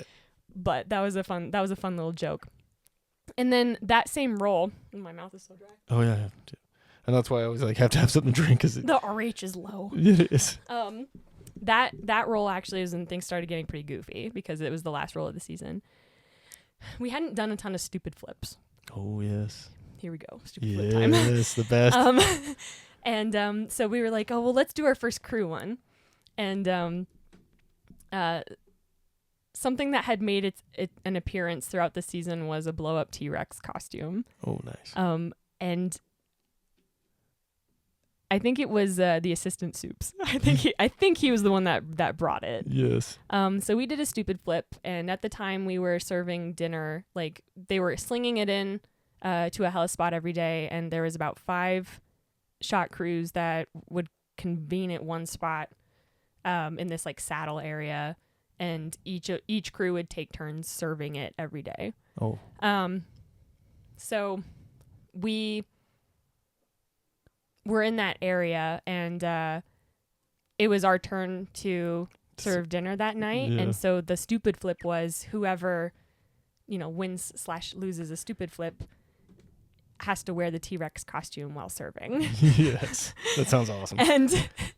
And for the viewers at home, a stupid flip is everyone buys in. Typically there's money involved, and then there's typically something either dumb that you have to do or gross that you have to eat. Yeah. That's the most common. And so you throw in some money into a pot, and then maybe it's like you got to drink old milk or something. And there's a coin. Mm-hmm. Everybody is in, and if it's heads, you stay in the circle, and if it's tails, you're out. So if you're out, you're safe, but you don't win any money. And so if you stay in and you're the last one, you lose. So like you're the last one, you get the money, but now you got to do the stupid thing. Yeah. And so that's the point of the stupid flip. And then this stupid flip, it was just a little crew stupid flip. Nobody else was involved. One of the rules is if you touch it out of turn, an automatic win-loss. Yeah. And somebody had said something funny and was standing, one of my people was standing next to the soup, and she had stepped back in laughter and was like covering her face. And the soup thought that was her being done with her turn. So he touched it, automatic loss, and he had to serve dinner wearing a blow-up T-Rex costume. It was amazing. Awesome. And we even gave him a little coffee mug that he, it was a little tip jar kind of, and people put used Zins in it. People put like the shot crew business cards in them. So like, we got a Lone Peak card, we got a whoever else might have been there, Cedar City. But that was a good day for that one. And then that's a great one. Isn't that fun? Yeah, that's amazing. The next stupid flip was probably the craziest stupid flip I will ever see. Oh. And it was I want to say like the second to last night before a bunch of these crews timed out and left. And like I said, there's 5 of us that all convene in this one spot every night for dinner. Yeah. And they said, the soups came over and they're like, so you guys maybe want to do like a multi-crew stupid flip. And they're like, well, if everyone's in, we're in. Just massive. And then they all, they had a big conversation about like what they were going to establish as the rules, because it can vary, and like what the buy-in was, what the rules for the buy-ins were. So if you get out but you want back in, you can pay more money and get back in one time and stuff like that. It was 5 shot crews. 5. Jeez. And so the money was, what was it, like 10 times 100 or whatever. Yeah, 100 people. Probably. Yeah, it was a lot of money. And then there wasn't anything dumb to do. There wasn't like a dumb thing to do. It was just a pot of money that you win. So it was like low stakes, and it's a flip in. And the only problem is that I feel like, and I'm calling them out. The only problem is I feel like there should have been a non-biased judge. Oh yeah. Because everyone was responsible for calling their own coin. Lone Peak, you lying. Damn it, Lone Peak.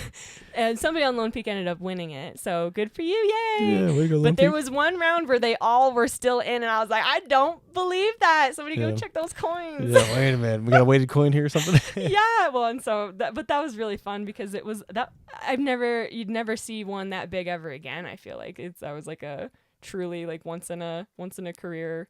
Yeah. You'd only ever hear about that from some overhead that you worked with one time. Yeah, like you know what I mean? Back in the 90s. Exactly, like those stories. back in my day. Back in the day. Yeah, we had eating competitions. Yeah, exactly. Yeah, that was a good like second to last night. That's so cool. Yeah, that was like I said, you'll never see something like that again. And the morale boost. Yeah, and then the stupid flips, you don't do those outside of a fire crew. No, yeah. You good know, call. like that's a distinctive fire industry thing to do. Yeah. And it definitely keeps things moving and keeps the morale high because it's usually gross. Yeah, and exactly. there's money in it. Yeah, exactly. So yeah, that was a fun little tidbit. Yeah, great entertainment. Mm-hmm. Let's see what else. Yeah, and I mean at that point, I really quickly was like, wow, this was amazing. The day after we ended, Oh, hit me. actually, I forgot about the crew party. I felt like you're forgetting something. I didn't know what it was. And this was insane. The crew party, there's a tradition where it's kind of like a white elephant gifting. Oh. And you end up getting someone where they don't know that you have them, and you roast them. Oh, that's the gift? Plus, give them a gift that has to do with their roast. Oh. And sounds awesome. And you know, mine had something to do with being a Sawyer and being the person to always wear the T-Rex suit. So somebody has something Sawyer and T-Rex themed. Yeah. And then when somebody finally got to me, it was actually the assistant soup. Oh. So it was one of the big dogs. Yeah. Like, and he was like, well, we're like, is this gonna hurt? I know. I was like, oh my God, he's gonna roast me to filth. I was like, I'm gonna die today. Yeah. And he said, well, I took my wife with me to pick out this gift. And I turned to her and I said, what should I get Zoe? And she's like, well, I don't know, Zoe. And he goes, well, neither do I. And so he's like, well, okay, well, how about I just start with some zip ties? Because everybody needs zip ties. That's true. Functional. Yeah. And then he's like, what about puzzles? Like, puzzles are nice. So he got me like it was the picture of the spacewalk, but it was holographic. Oh, and really? It's a little puzzle about this big of the spacewalk picture. Yeah. And then some chips, like smoking chips that you... Oh, for like a pellet or something like that? Yeah, like a pellet exactly. grill kind And of I deal? was like, wow, okay, that's super useful. I don't do any of that stuff. No. Not that I don't want to, I just don't. Yeah, maybe it's And the I was push like, you need to yeah. get involved. he's hoping that's what that resulted in. He's big hunting guy. Yeah. And then let's see what else. A tiki torch. Oh. There is a tiki torch involved. Keep the bugs out, set the Yep, ambiance, you know? Yep. And then it's usually always something that you can wear. So a lot of these roasts and their results are something that people are wearing. So like, oh yeah, a t-shirt or something. Yeah, somebody got a whole like blow up sumo suit. Jeez, that's awesome. Yeah, that was a pretty good one. Somebody got like a fake like muscle suit and like a structure fire. Oh yes. yes. They were going to be a structure firefighter after that season. So Perfect. they're like, you're gonna need some bigger muscles for that. And so they always give you something to wear, and this guy gave me like Despicable Me minion head. It's sitting in the back of my car right now, waiting for the perfect opportunity to come out. To pull it out? Yeah. Yes. It's important, okay? And the very last thing, and he was like, I don't know. I just didn't know. And I thought, well, I saw these and they seemed pretty neat. And he pulls out 2 live betta fish. Yes. Some pets. And I was like, you can't give people live animals at a crew party, dude. Yeah. As it turns out, my aunt had like a live aquarium thing. Yeah, it was like she had like aquatic plants in it and stuff, yeah. and like it was a live I know what you're talking about. Yeah, it's like a plant that like has a bunch of water, and the beta helps like sustain the environment, right? Exactly, and Yeah. it's like a nice environment for the fishies and all that. And so Yeah. as I was lucky enough that the welfare of these fish was actually going to be pretty high, like, you know, they're Yeah. going to live a good life in a nice big tank and a nice environment and stuff. So I just handed them off to her. But I thought, insane. I got gifted live animals at the crew party, and I was pretty drunk. Like I was like, and we were dressed to the nines because we decided that the theme, I had kind of slipped it into the ear of somebody more powerful than me at that point, that I said, let's do Decision maker. Yeah. A secret decision maker. Yeah. That we should do what was it? A black tie theme. Oh, black tie And affair. we were all dressed to the nines, I and so love I'm that. stumbling everywhere, and now I've got 2 fish in all my hands, and I've got everything else like, women be carrying everything they can, you know what I mean? Like in between their fingers and like cupping it like this. And I've got 2 fish and I've got like a set of stairs to go down and I'm drunk and I'm in heels and I'm like, oh God. I was gonna say, well, it could make it better if you had some kind of drink that like was on your pinky with a straw. Just like, but yeah, like I love a contrast, and I love like dirtbag fire folks dressed the nines. That is amazing. Yeah, and they were all of the overhead were like kind of shocked that we could do that. You know what I mean? Damn, you're looking sharp. I know. They were like, "Who are you people? We don't recognize a single one of you. Do you even work for me? Like I don't know who you are anymore." That's so awesome. Did you name the fish? I did, and I named them. The guy in question has what I consider to be 2 first names. And so I named both of the fish those names. Those first names? Yeah. That's awesome. Yeah. And kind of a tribute, which is nice. Yeah. And it was kind of a tribute. And to this day, I believe at least one of them is still alive. It's been a year. That's pretty good though. Yeah. Like, and when you never know, like when you get a beta fish, how, however they came to you or how old they were when you got them. Yeah. Some like goldfish come sick sometimes, Yeah, exactly. And they could be, at the end of their life or at the beginning of it when you get them, and you're never gonna know. Yeah. Until you know. Until the last day. Yeah. That was a really big finale end to that season. That's super cool. And no matter what happened, like, I'm giving all the highlights, right? And all of the work that got put into that, it's all blacked out. I don't remember any of it. And I do want to touch on the fact, though, that like even though all of those things happen and it's all really interesting, really cool to see, even though it's like you're managing a rowdy incident or something, that it still takes a toll whether or not you had a good time or not. Totally. And like I noticed towards the end of the season that like my legs specifically would start burning earlier in the day, kind of like when you've got that like lactic acid buildup and you start like your muscles start burning. Yeah. And I realized that it wasn't happening at 3 or 4 in the afternoon anymore, and it was happening at like 9 or 10 in the morning.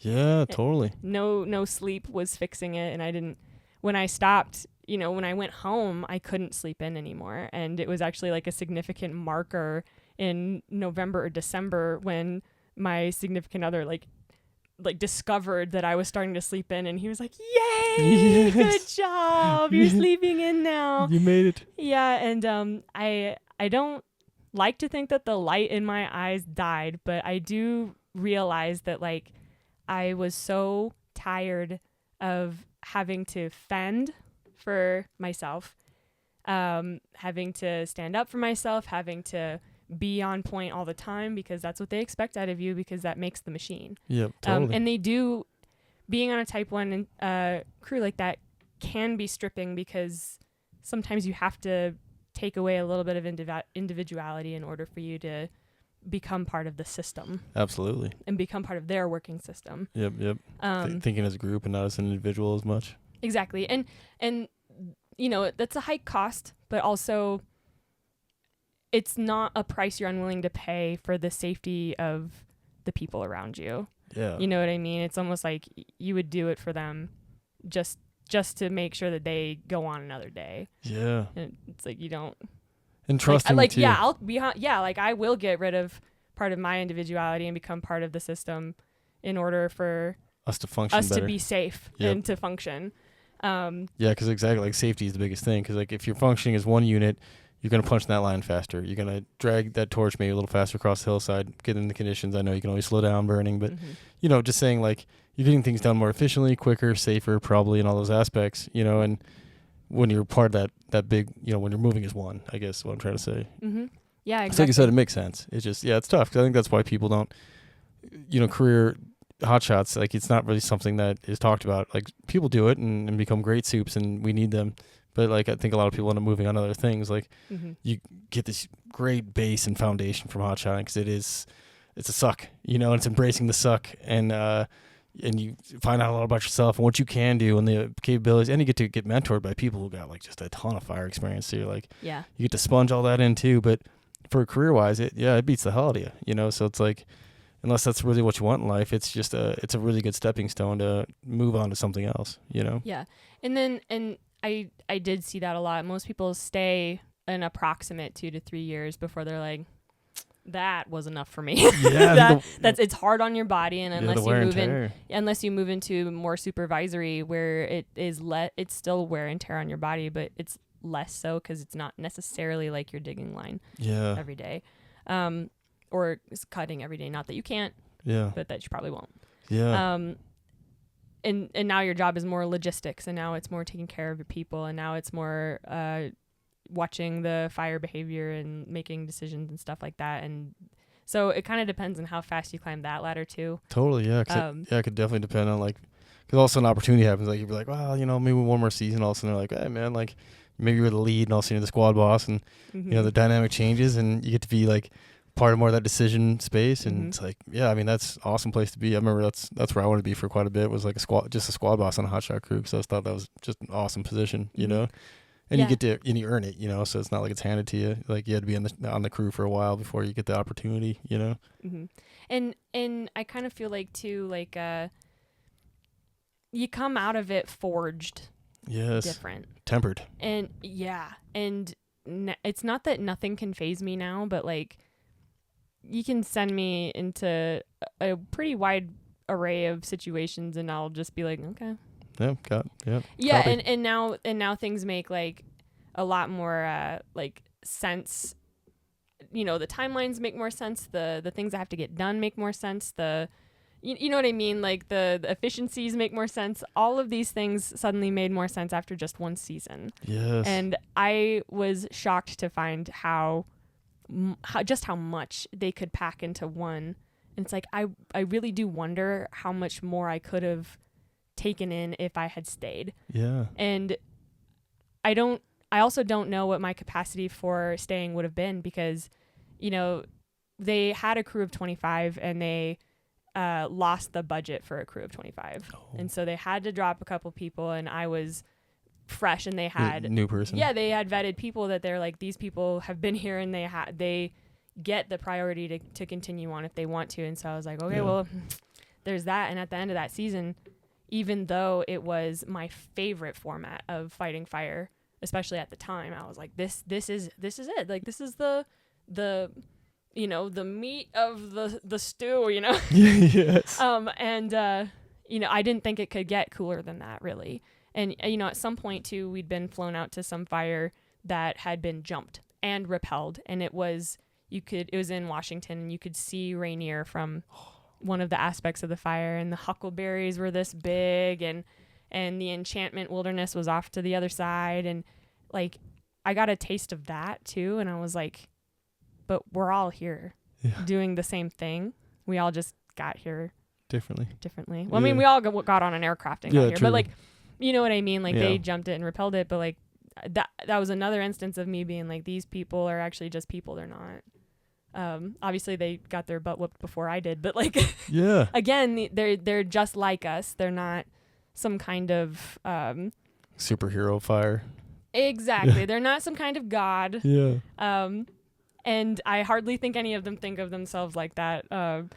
I'd be hard pressed to find somebody that does. Yeah, one or two might, but for the most part, most people, I think, because it humbles you so much, they just like, oh well, like, I survived, instead of being like, I won that, like, because I don't think anyone really comes out of rookie training feeling like they just like won anything, like, you survived it. You survived. And I feel like that's how I came out of it feeling the same, like we're all just survivors of the season. Yeah, we're all just survivors of the season. And then I was like, I would 100% do this again. But then as soon as I was like out of it and went home, I realized that the on and off switch, like going from what some people would call like 100 to 0, not 0 to 100, 100 to 0, was so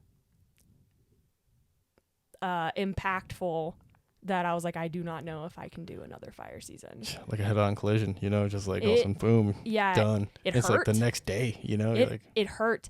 The first month that I was not working, that I was, just taking my off season off, I couldn't sleep because my legs were like trained to go, more than 10 miles a day with in a cumulative, several million pounds on them a day too. Yeah. And so at night they'd be like jerking me awake because they didn't do 10 miles with a pack on that day.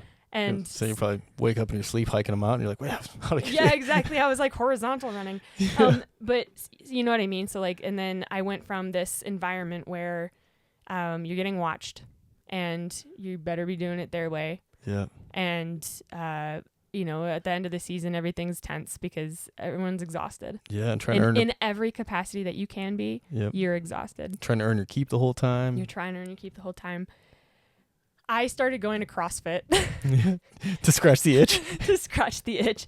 And it was such a profound change because of the type of work it is. It's more about threshold and power than it is about like going forever, which is what you do in the fire industry is go forever. But also the way I got talked to at CrossFit was it was almost like going from like having like a drill sergeant dad to having a gentle parent mom. Who's like, you're doing great, sweetie. and that's exactly like what they would say. They'd be like, you are doing great. Look at those box jumps. Amazing. Good job. And I was like, will we? And I was like, I didn't realize I had gotten, and people might look at me and been like, or people that might have known me might be like, okay, well, you weren't ever hard to begin with. But to me, it felt like I didn't realize I got so hard and was now in like a softer, more inviting environment. And it was like I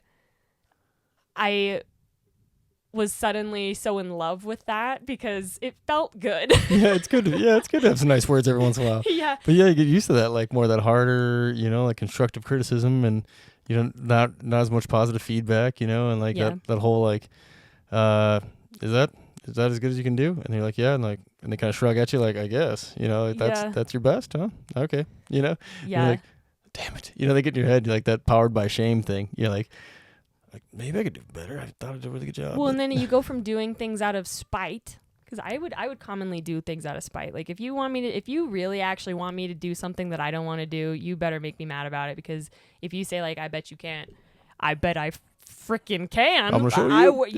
If somebody's like, and at some point too, I remember saying that to someone. It's like if I start falling off, you piss me off. Piss me off, because then I will come back. Yeah, I will be it. You got to make me mad at you though. You got to be mean. Totally. And like one we all time, have that in common. Yeah, there was one time where like my legs were burning so bad when we were on a PT hike, and this is crazy too. Is the PT was harder than working. Like wait a minute. The PT is actually where I died. And there is one point where it was almost like my brain was like pick up leg. And leg wouldn't pick up. Legs like nope. And I was like trying to hike up this hill, and I'm trying to keep up, and I'm like, I don't know why it's not going. And I started to panic, and I was like, I wasn't crying, but it was like a dry sob, right? Yeah. That happens a lot. Like you can't breathe and everything hurts. That's great. That's a great way to put it. Dry sob. Yeah, it's a dry sob. Just doing a dry sob. Yeah. I dry sobbed because I was like, I don't know why my leg won't respond. Yeah. And the person behind me that I had told, like, if you really need me to get to it, like, you be mean. And she said, Zoe, if you don't move right now, if you don't keep moving right now, I'm going to have to do something that I really don't want to do. And I was like, I'm trying. And I was like, again, like just dry sobbing, trying to get my legs to keep taking me up this hill. And I swear to you, the PT was harder than doing the actual, like picking up the sticks and digging the line and hiking and carrying the QBs. I bet. And you're just like praying for a fire because you're like, I just want to get on fire.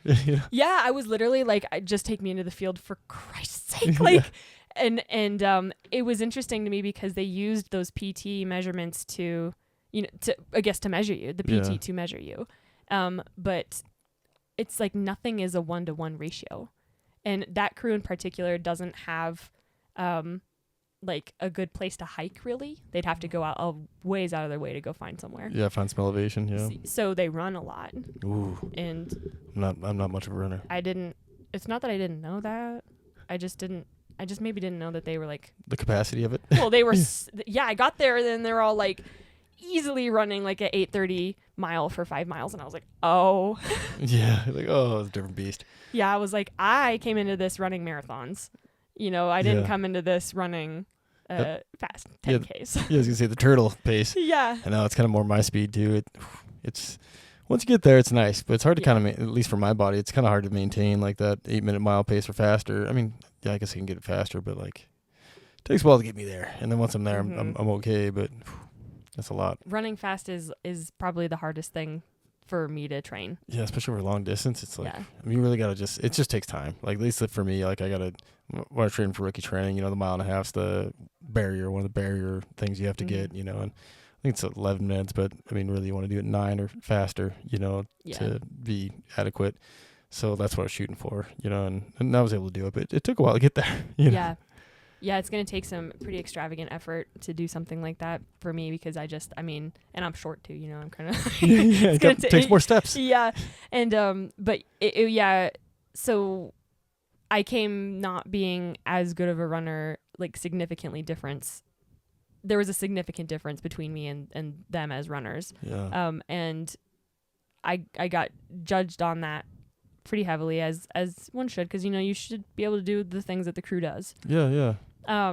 And it was then that I kind of started to figure out that like all of these things that they're measuring you on, they're measuring you on your general fitness, but none of these things are 1-to-1 ratios with what you're doing in the field. None of these actually measure, not even the pack test. Yeah, the pack measures what you're capable of out there at all. Yeah. And I kind of wish that there was something a little more accurate and a little bit better. Like, obviously, if you can't do the pack test, maybe don't. But like, there should be something other than the pack test that is a determination almost. And it was like one of the things that we had in the workout room of that crew was an incliner, and it's not a treadmill. It looks like a treadmill, but its incline can go past like 12%, and it can go up to like, I don't know, like maybe 40. Oh. And it's better than a stair machine because it mimics how your foot is going to land on the ground when you're hiking up a hill. Oh, whoa. I don't think I've seen one of these things. Mm-hmm. And then so you can set it to, a grade of 20, 25, and then in 30 minutes at a speed of like 3 miles an hour, hike 1,000 feet. Whoa. And it's like, that is what you should be focusing on. Yeah, man, yeah. I'd like to have one of those, Yeah, I know, right? Not so much right now, but when I was training, yes. Right? And I was like, where do we get these things? And I kept trying to look them up because I was like, they gotta still make them, right? Yeah. That thing was from the Stone Age. Was it?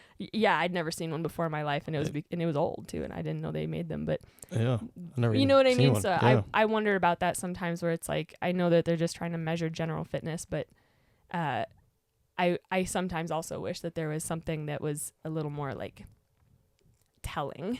Yeah, like the and I don't know the correct way to say it because I've heard a couple different ways, 2 different ways, I guess. Consortium for the firefighter test, and the one from Montana is the one I participated in. So it's a test you do, and there's a written, and then there's a physical test, and then if you pass both those tests, then you get to apply to all the fire departments that participate in the consortium, and which is the main fire departments in Montana, at least when I took it. So like, Missoula Rural, Bozeman, Great Falls, Billings, all the big departments. Mm-hmm. And I thought that test was really good too, because I can't remember how it starts off, like 5 minutes with 75 pounds on you, and they set the rhythm to the stair climber of what they expect, and you just step it out for, I think, 5 minutes, and then they peel off 25 pounds, and you just have a 50-pound vest on, and then you have to go through this like obstacle course kind of thing with doing different tasks along the way, and within a certain amount of time, it's a timed event, and if you only have so much time to do it, and which I thought was kind of nice, because it was like more practical like movements that you're doing. You have to go through a tunnel, you have to unload and load a chainsaw or a saw, a few different things, and like pike pole at the end, I thought it was awesome. Like you said with the pack test, it's like a lot of people can cruise the pack test. Yeah, well, and all you got to do is like roll out your shins after, you know what I'm saying? Like, yeah, exactly. Like you have to speed walk in, and some people can't even like stretch their legs that far. Yeah. And you know what I mean? And it's such a goofy, like you can't run but it's almost like running would be better. Oh, it would be so much better. And- Like if you could run, like it'd be Yeah. so much easier on the joints. I started wearing compression socks, and game changer. Feels so much better. And I just kind of cruise now. Aye. You gotta wear the compression socks, the tall tubies. Well, and that's what I thought was interesting about CrossFit. Yeah. Is I came into this season and I started, going out and picking up sticks and stuff when it was time to go work, right? Yeah. And I was like, I don't ever remember it feeling this easy to work like this. I remember it being harder. And I was like, is it because I was on a hotshot crew last season? Or was it because I went to CrossFit 5 days a week for every week of the winter? I'd say probably a little bit of both, I imagine, right? Well, when I'll never be able to pinpoint it, but also like CrossFit's so interesting like that because it's about functionality, and it's not about like any number that you put on a bar necessarily. You do end up counting, but Yeah. like it's I know, like, functional is the best way to put it, I think. It's like, it's all these, like, moving with weight. It's really moving utilitarian. through exercises, yes. And it's maybe it introduces some fun, interesting movements in there, but like the gymnastics of it too, it's kind of like how football players should be doing ballet, Yeah. where it strengthens these muscles that you didn't know you had. That's what I was going to say. All those little stabilizers and everything, get activated. Because otherwise, a lot of us in the off season are doing our normal workouts, kind of maintaining, for me, I like lifting weights. So it'd be more of that, like static kind of weights, Yeah. versus like the dynamic, like you said, movement, moving through an exercise and picking something up and carrying it, like sandbag or kettlebell, like stuff. And a lot of pull-ups and all the things that, like, you don't really do pull-ups in the line, but like you're moving with weight, I guess, Yeah, I've always had I'm hypermobile in my arms, so my elbows extend past the normal extension, which is it makes it really difficult for me to do things like pull-ups. Because since you don't just lock out to 0, you lock out to like -5. So you're going a little further. Yeah, so it's because I mean, like, and if you fully extend your arms, it's hard to come out of a dead hang anyway. Yeah. But CrossFit, in a weird way, super indirect way, made it so that I could do pull-ups even from a fully extended, hyperextended elbow. Like, I thought that was crazy, and it was like, how did this end up being the thing that works out? That's cool. And it every day we would only work out for 15 to 20 minutes. Oh, really? For CrossFit? It was a tiny amount of time, and every day, because I was coming out of a hot shot season, I would be like, that was excruciating. Can I do it again? Yeah, because that wasn't enough. Yeah. And then later it became like well, no, you just keep doing this tiny little thing every day, and it's high enough intensity, but it doesn't break you off. Yeah, consistency, right? Yeah, and then it's like you keep coming back though, and you're never too tired to keep coming back. Oh. And you're never too sore to keep coming back. And that's crazy because they spend most of their time training power, which is a lot of lactic threshold, which is, if you build up lactic acid in your muscles, you hurt. Yeah, So it's totally. crazy that that anyone at any fitness level can walk in there. And I'm like, I'm not trying to upsell CrossFit. Okay, I'm literally just like, I can't believe this style of fitness training ended up working so well. Yeah. Because it seemed minimal, despite, you know what I mean? Like, you just did so little of it for so little time, but you ended up doing more of it because it seemed like not enough. Totally. So you just kept going, and then. Especially coming out the PTs you're used to, where you're like pushing yourself to like failure. It would be like CrossFit 7 times over. It would be like doing a CrossFit class like for maybe 3 hours instead of 20 minutes. Yeah. You do that same loop of whatever they were doing that day and just extend it by about, just add the number of rounds. Yeah, totally. Like, I mean, just like a Murph is a great example, of like doing a Murph for an hour is like, it's a lot, Yeah, and then they would make you try to do stuff like for like 2. Yeah, yeah, exactly. But then, and like I said, like the PT was the hardest part. And obviously, like, there's nothing ever will compare to having to bust up a hill when it's 105 and there's no shade. Yeah. And you're probably carrying something extra. Yeah. Other than your pack. And nothing will ever compare to that. And that is the real thing that you train for. But like Totally. The hotshot PT stuff at the beginning of the season, when you got time for it, is probably the real killer, right? Yeah. And it's like if you're gonna break off, that's when you're gonna do it. But Yeah. at least you're at home. Yeah, at least you're home. Yeah, true. You go home to your own bed, hopefully. And, Yeah. yeah, and build that like mental fortitude, you know. Yeah. And Well, and I think that plays into something that I ended up learning last season. We went on a staff ride, and it was to the Battle of the Little Bighorn. And something that got taught during that staff ride was a part of the way that the Lakota Sioux lived, and it was living in preparedness. And it would be that the adults of the Lakota Sioux would give their very small children, like maybe 4 or 5 years old, tiny little bow and arrows. And these children would go and shoot grasshoppers. whoa. First of all, shooting grasshoppers? Yes. That in itself is hard to do. Yeah. But because they started them so young, and because it was like a skill that they, you know what I mean? They did a little bit of it all the time, Yeah. a little every day.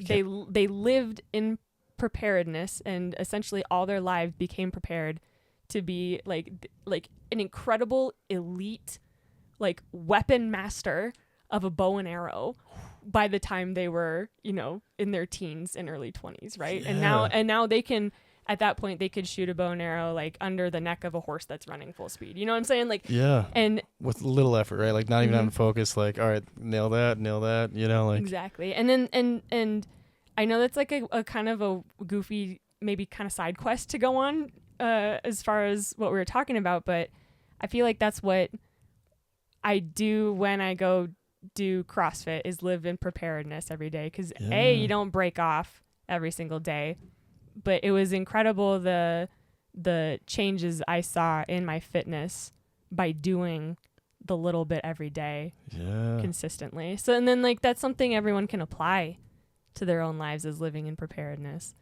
Picking something that you can do every day. It might be tiny, and it might be, maybe it takes more than 5 minutes, but maybe it's still like what you think is insignificant to the rest of your day.